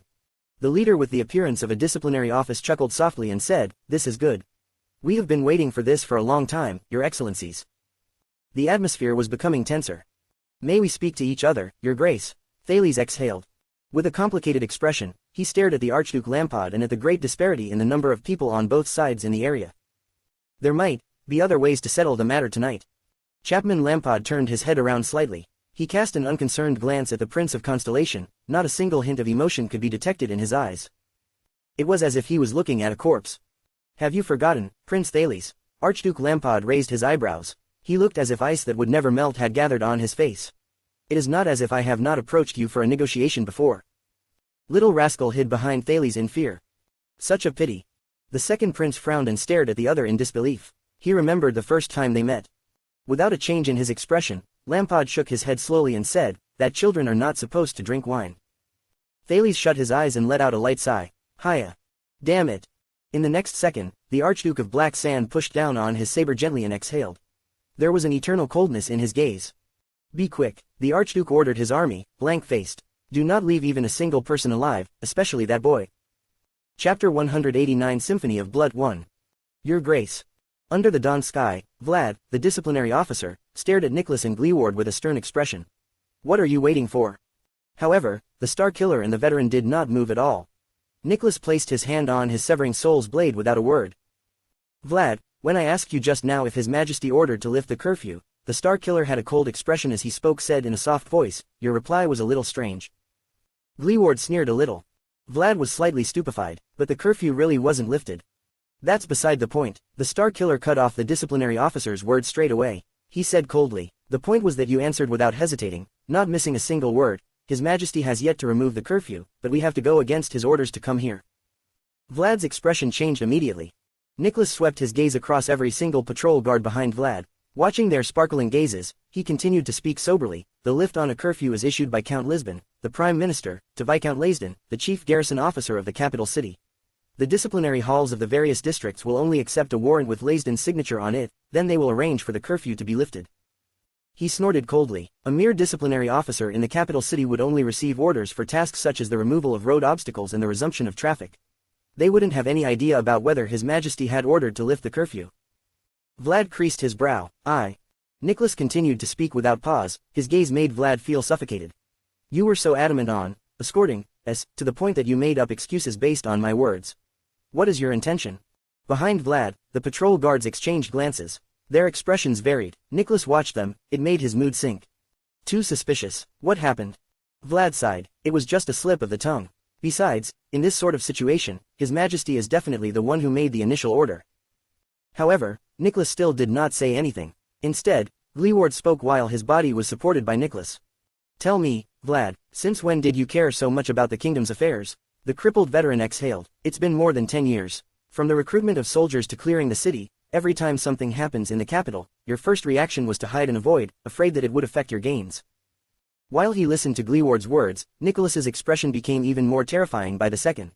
And what of leading armies to show how dutiful we are to the king during times of crises? Gleeward raised his eyebrows, and the expression on his face made him look as if he had just seen a pig fly. Stop joking. Vlad's expression became extremely unpleasant. He gritted his teeth. Old cripple, I don't want to argue with you right now. But at that moment, a clear male voice rose from the crowd. Enough, they have already seen through it. Vlad inhaled deeply and moved aside, allowing the man who walked out of the crowd to take his place. This time, Nicholas and Gleeward's expressions changed. The newcomer was tall and his presence aggressive. His steps were heavy and he carried the strong smell of metal and blood from the battlefield. This is a ruthless one, all right. Gleeward exhaled. You know him. Nicholas did not reply. He stared at the newcomer. It's you. Nicholas narrowed his eyes, his expression solemn. The Fire Knight, Rommel Tolja. The newcomer stopped walking. He stood in front of the two men. I am honored to meet you again, Lord Nicholas. Tolja, one of Extit's 5 war generals, said with a cold look. The knight from Black Sand region had already taken off his helmet, but he was still wearing his gray, heavy armor. Together with the cavalry sword at his waist, he looked extremely intimidating. If the Archduke of Black Sand region wanted to join the banquet, Nicholas snorted softly with an unpleasant expression, he could have told us beforehand so that we can send an invitation. Tolja met Nicholas's eyes without showing any weakness. Kentvida told me what you told him yesterday at the suburbs. The Fire Knight's expression did not change. So, to respond to your invitation, we are taking a little trip into Dragon Cloud City with more than 1,000 people. Nicholas's pupils narrowed slowly while he sized up the patrols. All of you are asking for death, the Star Killer said coldly. In Dragon Cloud City alone, we can gather 7,000 to 8,000 soldiers by emergency conscription. There are also the patrols and the royal court's regular troops, not to mention the troops of the vassals in the suburbs. Tolja cut him off nonchalantly. Yes, Dragon Cloud City is very powerful, with hundreds of recruits, and regular troops with extremely strong battle abilities, said the Fire Knight flatly. However, who is the one with the right to summon them? Nicholas's heart sank and an unending chill ran down his spine. He remembered what Vlad said in the beginning. Someone was trying to assassinate His Majesty. What do you mean? He asked solemnly, involuntarily sounding a little anxious. This is impossible. His Majesty is protected by the extremely valiant White Blade Guards, and every single one of them possess super-class skills and plenty of experience. They are also willing to risk their lives. It's impossible for even the kingdom's wrath to, daring to do so with such few troops. What is Lampad trying to do?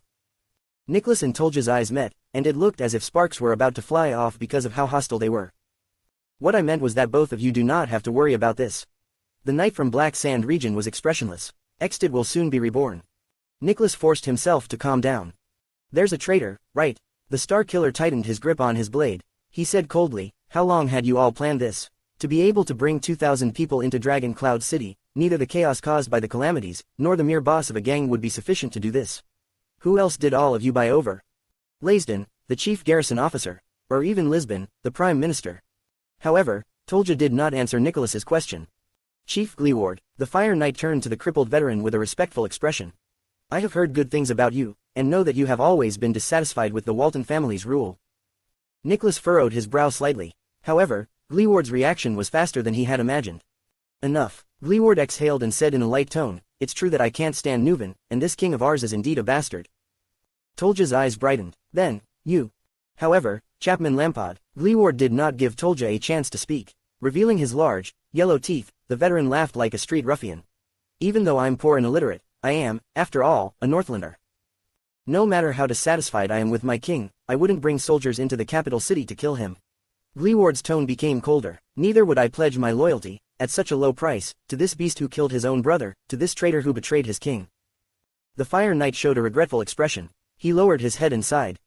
Very few people understand Archduke Lampard's will and determination, Tolja said solemnly while raising his head. It was as though he did not sense Gleeward's sarcasm. But please believe me when I say that the things he did, the things he sacrificed, as well as everything he did that the world does not understand, are for Extit and the Northlanders' future.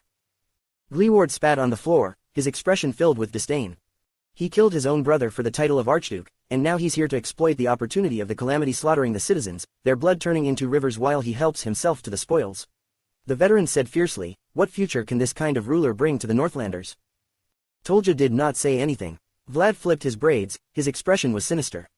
Perhaps we shouldn't waste any more time. The boss of the Grand Bazaar in Sword District whistled with a ruminating gaze. According to the Archduke's orders, if we can't deceive them, then we have to carry out Plan B.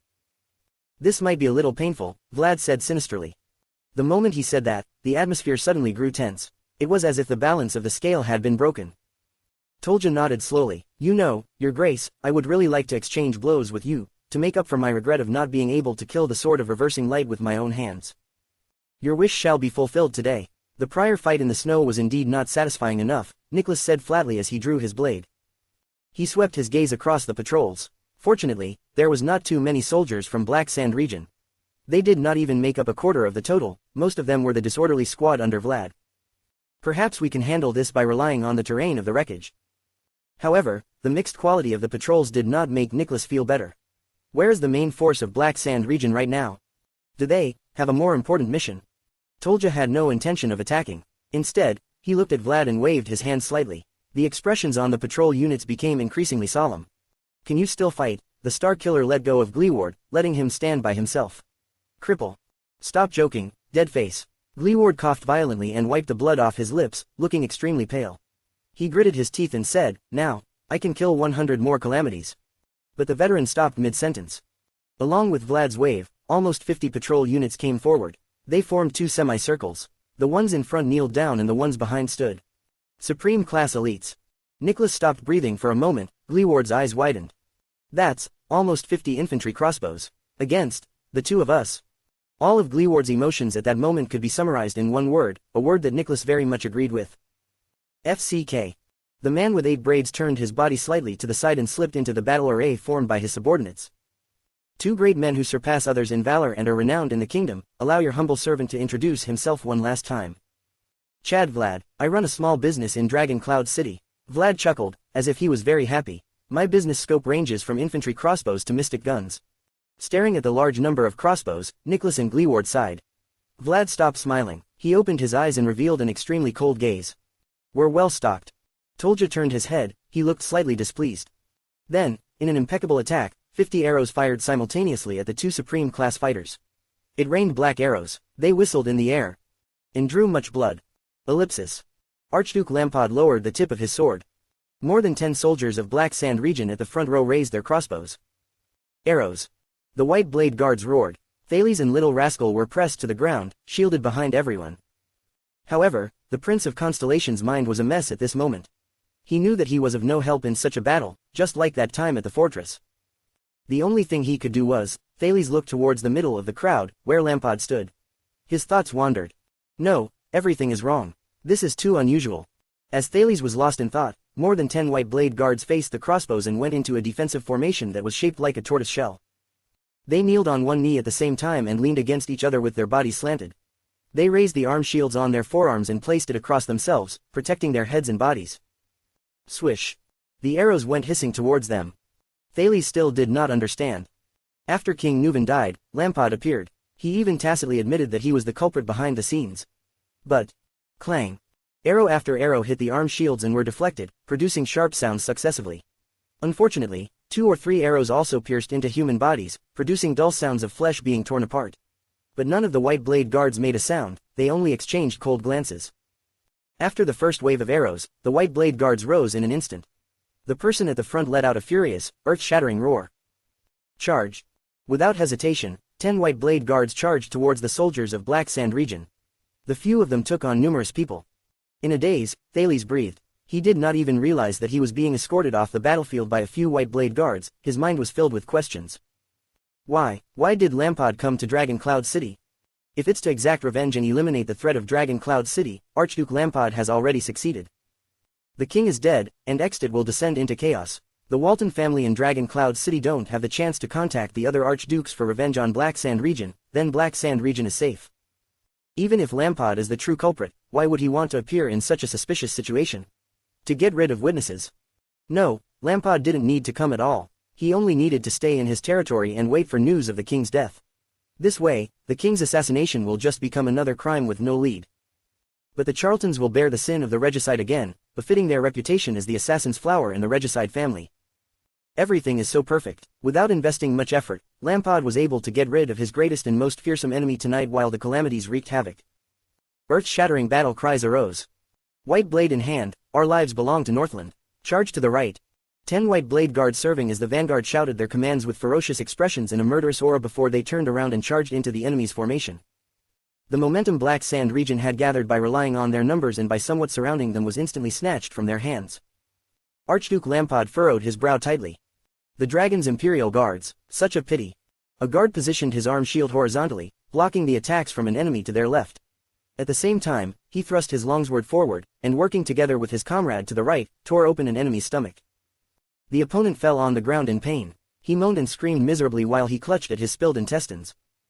However, the White Blade Guards did not have the slightest intention to end his life. Instead, they stepped over him and continued to charge forward, into the next wave of opponents.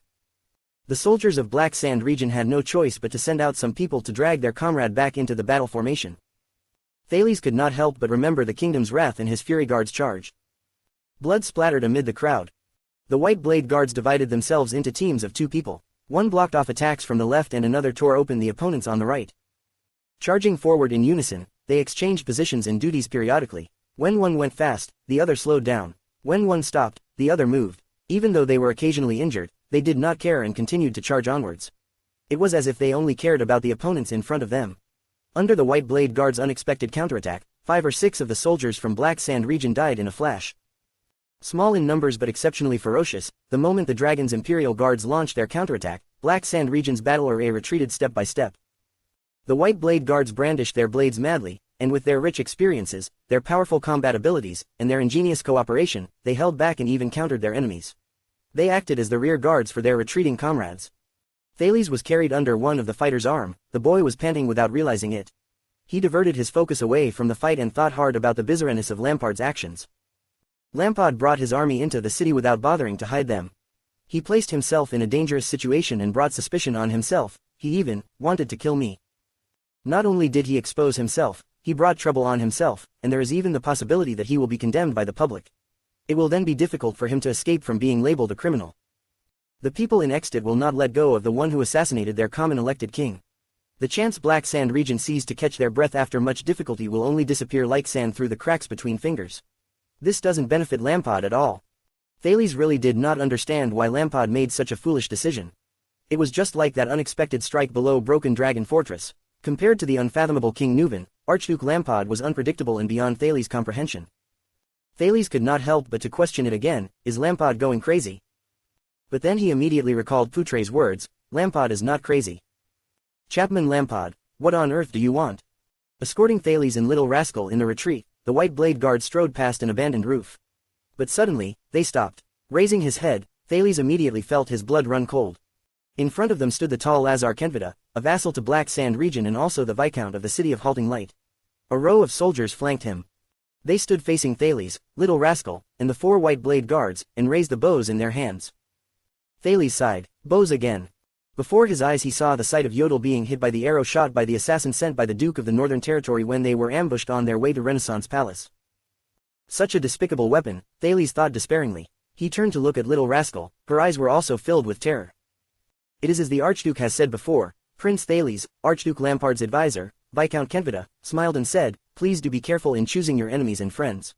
Not being wise in handling matters is a great taboo for a king. Then, the Viscount waved his arm at them, bowstrings trembled, and arrows were fired. Chapter 190 Symphony of Blood Part 2.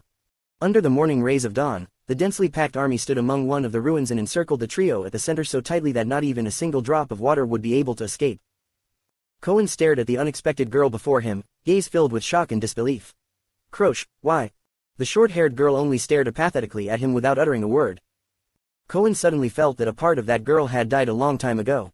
She was no longer the cheerful, tough and happy-go-lucky girl who liked to play tricks on him together with Miranda. At that moment, Cohen felt a pang in his heart. Stop asking, Cohen. Beside the police officer, Miranda watched the soldiers who inched towards them and exhaled. Remember the disaster sword we met? While he stared at Croche, Cohen froze momentarily when he heard what Miranda said. Even though they're the Tower of Eradication's archenemy, they still uphold the dignity and pride of a swordsman, Miranda said flatly. Holding the sword hilt in her gloved hands, she slowly raised her sword. But Croche said that a group of masked disaster swords ambushed her one night and ruined her right hand. Cohen frowned. You said that he had no clue that there was such a battle in Armor District. Miranda nodded and stared at Croche. Stood among the crowd, Croche did not move, letting the warriors pass her by on both sides. Besides, even though they're hiding here, the disaster swords don't give a damn about politics. They also look down on Mystic Guns, the daughter of the Arund family said calmly. Why would they use them to assassinate the prince? Cohen inhaled deeply. So that means. Miranda finished his sentence without a break. Yes, the disaster swords neither conspired with an archduke, nor tried to assassinate the prince, they were framed. The so-called disaster sword was only a guise. A trap set by Black Sand region in the name of the Tower of Eradication to lure us from Constellation to Extant. Miranda narrowed her eyes and glared at Croce, whose expression was still apathetic, and said in a loud voice. And the source of everything was your lie, Croce. Amid the crowd, Croce sneered a little. The expression in her eyes was indecipherable. Last chance, I will spare all of you from death if you surrender. Without realizing it, WYA had formed a triangle with the two seeds of the Tower of Eradication. He faced Croce with Cohen on his left, and Miranda on his right. Staring at the soldiers who were slowly moving in, WYA very anxiously said. Perhaps I shouldn't interrupt you both, but perhaps we should first solve the problem at hand. The soldiers clad in the patrols, uniforms closed in around them, their eyes were fierce. Throw down your weapons, a veteran at the front said fiercely, or we will be the ones disarming you. Have you ever fought in wars, Disaster Sword Boy? As he leaned against Ya's back, Cohen's gaze was extremely solemn. He said in a low voice, I am talking about those battles where the opponent's number in the thousands, not silly sword fights. Yes, once, said a pale-faced WYA. He then realized something, and I'm not a disaster sword. Once is enough, we'll be paving a path later. Cohen quickly surveyed the 100-something opponents before him, ignoring Ya's second statement. Guard the rear and keep up with our steps. WYA glanced at the unconscious Ralph who lay within the ruins inside. How do we guard? They're everywhere. Use your brain, Miranda cut him off coldly. Use your sword flexibly, aim for their legs, reduce them into burdens on the battlefield. Before the swordswoman could finish her words, Croce roared, loud and clear. Attack. Thud, thud, thud. Hurried footsteps echoed and rapidly closed in on them. Countless afterimages of swords and light from the blades sparkled in the ruins. Soldiers pounced on the trio fiercely. The tips of their swords were pointed forward, and they attacked them in rows. They imitated the formation used by cavalier units and used the standard charge that would enable them to bring down their enemies. At that moment, Miranda recognized their movements. They were not the patrols of Dragon Cloud City. Instead, they were the opponents she had faced almost every day at the border for the past 3 years. The only difference was that they did not carry weapons like spiked maces and triangle spears. Of course, perhaps it was to make their act seem more convincing. Bang, clang. On the right, Cohen relied on his height to make a chopping motion with his sword, deflecting 2 incoming swords and forcing the third one to retreat. Instead of retreating, the police officer charged forward, and with great strength, landed a kick on an opponent's kneecap. While the sound of bones breaking echoed, he turned his body sideways and elbowed another opponent's stomach. The opponent grunted in pain. Cohen was prepared to take advantage of the opponent moving back to slash him one more time. However, the groaning opponent did not budge nor care. Instead, as if his legs were rooted to the ground, he raised his longsword and swung it again. Clang. A deep, dull metal sound echoed as Cohen defended against the enemy's attacks. While he deflected the opponent's blade, the police officer felt his blood run cold. Shit, this strength and fighting standard, he is, at the very least, a heavy infantry man. I wonder if he's a heavy swordsman, or a heavy armor axeman. Fortunately, they only have the swords of patrol units as weapons, and are unaccustomed to them. Otherwise. Behind him, WYA activated the edge of no return, and in the blink of an eye, cut off the wrists of 2 enemies behind him. It was followed by the sound of 2 swords falling onto the ground. Damn it, save your strength. Cohen carefully deflected the longsword that was brandished at him again. He scolded WYA brusquely, using your power of eradication like this will only cause you to die of exhaustion. On the other side, Miranda faced 2 opponents. One of them was wielding a pair of twin swords, but Miranda fought with even more skill and ease compared to her comrade. The blade of her sword miraculously struck an opponent's wrist. The opponent's sword immediately trembled and pierced his comrade's arm in a downward, diagonal motion. The other opponent who wielded the twin sword stared at his comrade's sword in shock. He had no choice but to wave the sword in his right hand to defend himself from his comrade's attack. But before he could react, Miranda took the opportunity to thrust her sword and pierce his left palm. Then, she turned around swiftly. While the enemy screamed, Cohen charged towards the right, ignoring the blade that slashed at his back, and switched places with Miranda. Utilizing inertia, his tall figure crashed into the dual-wielding opponent. The opponent staggered back for a meter before he fell into his comrade's bosom. Meanwhile, Miranda hunched and lowered her body calmly, grazing past Cohen's chest and switching to the left. The tip of the opponent's sword lost aim for a moment because of the changing targets. Miranda took the opportunity to thrust her sword and stabbed a deep wound in the opponent's stomach. Miranda watched as her opponent bled, clenching his teeth in pain, but she did not take his life. Instead, she allowed the enemy to drag him back into their formation. Miranda and Cohen took advantage of the situation and moved 2 meters forward. WYA followed after he parried a cutting strike with some effort. As if they were able to read each other's minds, the 2 seeds of the Tower of Eradication worked tacitly together. The attendant was stunned as he watched them. Miranda leaned against Cohen's back and said in a low voice, "Heavy swordsman, stable but not agile." Cohen deflected a longsword and gave feedback from his side. "Cavalry scout, reacts quickly, but his physique is nothing special. Black Sand region's regular border troops," Miranda summarized. "There's no way for us to break through this directly." Cohen gritted his teeth and swung his sword horizontally with great strength, forcing two opponents to retreat. "There are too many of them, and every single one is a veteran." Find Croche. Utilizing her power of eradication that enabled her to master the rhythm of situations, Miranda squeezed between two enemies. She chopped an opponent's neck with the side of her palm while the latter slashed at her armor. The opponent immediately retreated while he braced his neck. The swordswoman thrust her sword towards the right and forced another opponent to lower his head and evade. "Take turns to attack with me and distract her with words. Find a chance." Right after Miranda finished speaking, Cohen activated his power of eradication. The glory of the stars filled his entire body in growing waves, enabling the police officer to continuously strike with his sword at full power for more than 10 times. Clang. The sound of metal clashing rang continuously. In the blink of an eye, Cohen forced the soldiers of Black Sand region to take a few steps back. Croche.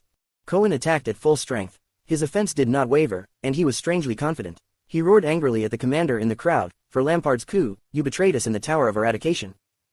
WYA followed closely behind Cohen. Even though there were already 2 injuries on his body, he stubbornly waved his single-edged sword and deflected 2 swords that were aimed for Cohen's back. Amid the crowd, Croche's gaze was complicated. Calm and composed, she replied loudly, "Cohen, what are you trying to say? Are you accusing me of using the name of the Tower of Eradication to involve all of you in ill-intentioned political affairs?" Cohen gritted his teeth. He shone with a blue light as the glory of the stars in his body kept growing. He continued to charge forward despite his injuries. Chop, slice, and stab. The police officer hurt 3 of the opponents by making 3 continuous attacks without defending himself. Because Miranda protected his back, and she would always attack with her longsword at the crucial moment, turning it into the most fatal strikes. "Keep disturbing her," Miranda said in a soft voice, "force her into coming forward to duel with you." Gritting his teeth, Cohen shoved away an opponent. However, his arm was injured. "How? I have never won an argument against that tomboy." But Miranda suddenly shouted, "Give up, Cohen. Your secret crush, Croche, has betrayed you without hesitation. You and her were never meant to be." Cohen was stupefied for a moment even while he fought among the enemy ranks. "What, that tomboy? When have I ever been secretly in love with her?" 2 meters away from them, Croche's face twisted when she heard Miranda's words. She gritted her teeth hard and glared at Cohen. There was only one emotion in her eyes, hatred. Cohen suddenly felt a chill run down his spine. The next moment, Croche suddenly charged forward to attack. She stormed past her subordinates, thrust her longsword forward, and struck Cohen's blade. Clang. Cohen's entire body trembled. He felt as though he could not wave his sword anymore. "Lay down your arms and surrender now." For old time's sake, Croche seemed to be in an abnormal mood as she stood in front of Cohen. She gritted her teeth and said with agony, "I won't hurt all of you." Stupefied, Cohen parried a sword that attacked him from the right. "For old time's sake, you still remember the past." A thought came to Cohen. He growled in a low voice, "No matter who you side with or what benefits you seek, you should not have brought the Tower of Eradication into this." The momentum of Cohen's attack was immediately disrupted. Croche struck the side of Cohen's blade again. "Stop being naive, future Count Carabayan," said Croche, her tone filled with hatred. Her sword seemed to exude a strange aura. With just one swing of her sword, she halted the momentum of Cohen's attack in an instant. Damn, when it comes to swordsmanship, Croche was one of the top 4 out of the 8 seeds. She was only below Miranda, Eklund, and the Netherlands from the Eastern Peninsula. Cohen gritted his teeth, sheathed his sword, and turned to deflect another attack, but his right shoulder was injured at the same time. Croche's longsword followed him like a shadow, striking him the moment his momentum was broken. Clang. Cohen defended with his longsword, parrying that slash with strenuous effort. The Tower of Eradication transcends politics. The short-haired swordswoman gritted her teeth hard and waved her longsword continuously. She moved with Cohen's blade. The rhythm of her attacks was like a raging storm. "You should have abandoned this naive fantasy the first day you left the tower." Cohen freed himself from Croche's blade with all his might. His attacking momentum was totally destroyed. Shouldn't the memories of us fighting side by side in the tower be something we all treasure? Shouldn't it be something noble and unsullied? Cohen waved his left hand and blocked off a soldier's sword with his thick robe. "But you." Croche's gaze turned cold and she suddenly activated her power of eradication, performing 3 strikes with her sword in the blink of an eye. "Something we all treasure. Ha ha ha." Croche's words seemed to be filled with endless grief and madness. The first attack was a piercing strike that took Cohen by surprise. Cohen leaned to the right to dodge the attack. "I can't believe that I once liked you, the adorable, pathetic and naive Cohen." Cohen froze momentarily. The second slash came. Croche sliced her blade horizontally without stopping. Cohen had no choice but to parry it with his longsword. The short-haired Northlander said shrilly, "From the moment we were born, we were already branded by our countries and their politics, marked by our birth and our bloodlines, and we can never escape. We never had a choice." The third slash was an incredibly fast attack. "You won't become pure and untouchable just because you entered some tower that claims to be noble and untainted. You won't become a free person." Croce's tone was cold and threatening. She held her sword in both hands and moved the entire sword in an arc with the spot Cohen had blocked as the pivot. Then as she swung her blade, she directed the tip of the sword away from Cohen's block and towards his face. "Cohen Carabayan, you are a damned idiot," she roared, furious and bitter. Her sword and Cohen's sword produced a loud, scraping sound from the friction. Shing. She thrust her sword at the police officer's face. Cohen's position was already unstable to begin with since he was swaying towards the left. He could not exert any force with his longsword and had difficulty breathing. Croce's third strike was like an impassioned symphony complete with an opening, a twist, and an ending. It had Cohen trapped in its fatal rhythm, unable to free himself. This was a Pegasus music exclusive to Croce, completely different from Miranda's. At this moment, Miranda's longsword forced itself into the fight like a grave accent. Clang. She parried Croce's fatal strike. Unable to withstand her attacks, Cohen switched places with Miranda using the momentum of his movements, and he moved to help Wya, who was struggling. Miranda's black glove rubbed against the hilt of her sword. She interrogated her former comrade with a cold voice. "Croce, I used to treat you like my own sister. Teacher Chartier taught you for nothing." The next moment, the daughter of the Arund family drew back her vibrating longsword and thrust it towards Croce's sword hilt. "The Pegasus music," she said coldly. "Pegasus music places emphasis on reaching a resonance with the rhythm of the world and the enemies around the user. It's not a solo performance like what you are doing." Miranda's sword tip slid down and, while scraping against Croce's blade, she thrust towards Croce's wrist. She chose the perfect moment and the craftiest angle. No matter how Croce reacted, defended, or dodged, she found herself instantly in a disadvantageous position. Before Miranda could react, Croce moved her longsword in the opposite direction. She neither parried nor dodged, but instead moved towards the tip of Miranda's sword, pointing her sword at Miranda's wrist. "Solo performance," said Croce hatefully. "You must not have watched enough plays, Miranda Arund." The two swords met in the air and moved in an arc. Their friction produced a shrill sound.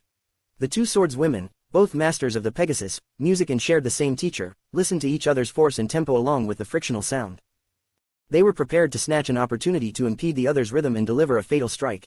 Cohen then had an idea. When it comes to a battle between masters of the Pegasus music, it is better for outsiders not to meddle. Due to the ever-changing situation that follows opportune timing and rhythm, you never know who your actions would benefit. However, when the enemy's focus is diverted by the fact that their commander is preoccupied. Cohen felt the momentum of attack in front of him weaken and saw that the enemies were moving closer to Croce. He made up his mind. A chance. He gave Wya a hint, then the tall figure charged forth to attack again. Glittering blue light sparkled on his sword and skin. He had activated the glory of the stars, and with the fastest sword speed and strength, he launched a flurry of continuous attacks. Blood splattered everywhere, his blood and the enemy's blood.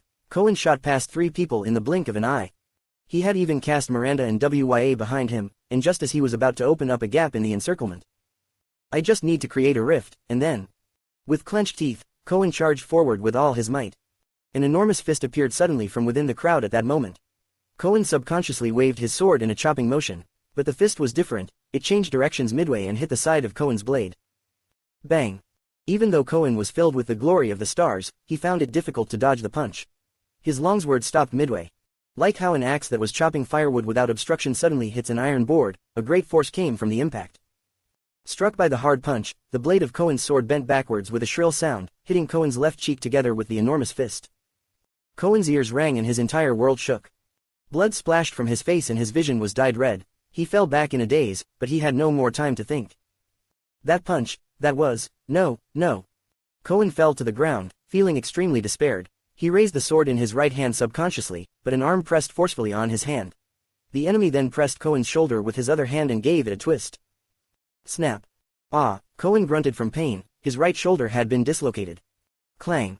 Cohen's sword, a family heirloom, fell on the ground. Wya stared in shock at the scene before him. Cohen was totally defeated by the newcomer in an instant. The police officer activated his power of eradication, trying to fight back one last time. But his enemy's elbow was like the most terrifying weapon that struck the left part of his back viciously. Bang! A dull sound echoed. The hit dispersed the glory of the stars. Cohen's face froze, his entire body trembled, and he painfully spat out a mouthful of blood. No. Don't move, lad, the newcomer said coldly in a heavy accent. The glory of the stars originates from the chest, I don't want to smash your heart next. Wya watched in shock, then he was pounced by enemies who came surging from both sides. Dizzy, Cohen felt lighter, the enemy had hoisted him up onto his shoulder. No, his vision swayed, no. The figure stalked onto the battlefield, to where Miranda and Croce were having their duel. Miranda, an agonized Cohen coughed up blood, there was no more energy in his body. Run. In his daze, Cohen struggled and groaned out, run away, such an opponent, we can't. In the next moment, Cohen's vision darkened, and he lost consciousness. Miranda glanced at Cohen from the corner of her eyes and saw him being hoisted on someone's shoulder. She even saw the figure, and her entire body trembled. Croce seized the chance and suddenly thrust her longsword out. Clang. A sharp, metallic sound echoed. The equilibrium between the two masters of the Pegasus, music ended there, both had struck in the blink of an eye. Rip. Miranda's expression changed, she seized the chance to jab her longsword into Croce's left wrist as the latter attacked and became unable to dodge. Bang. On the other hand, Croce spun the hilt of her sword to strike at Miranda's stomach.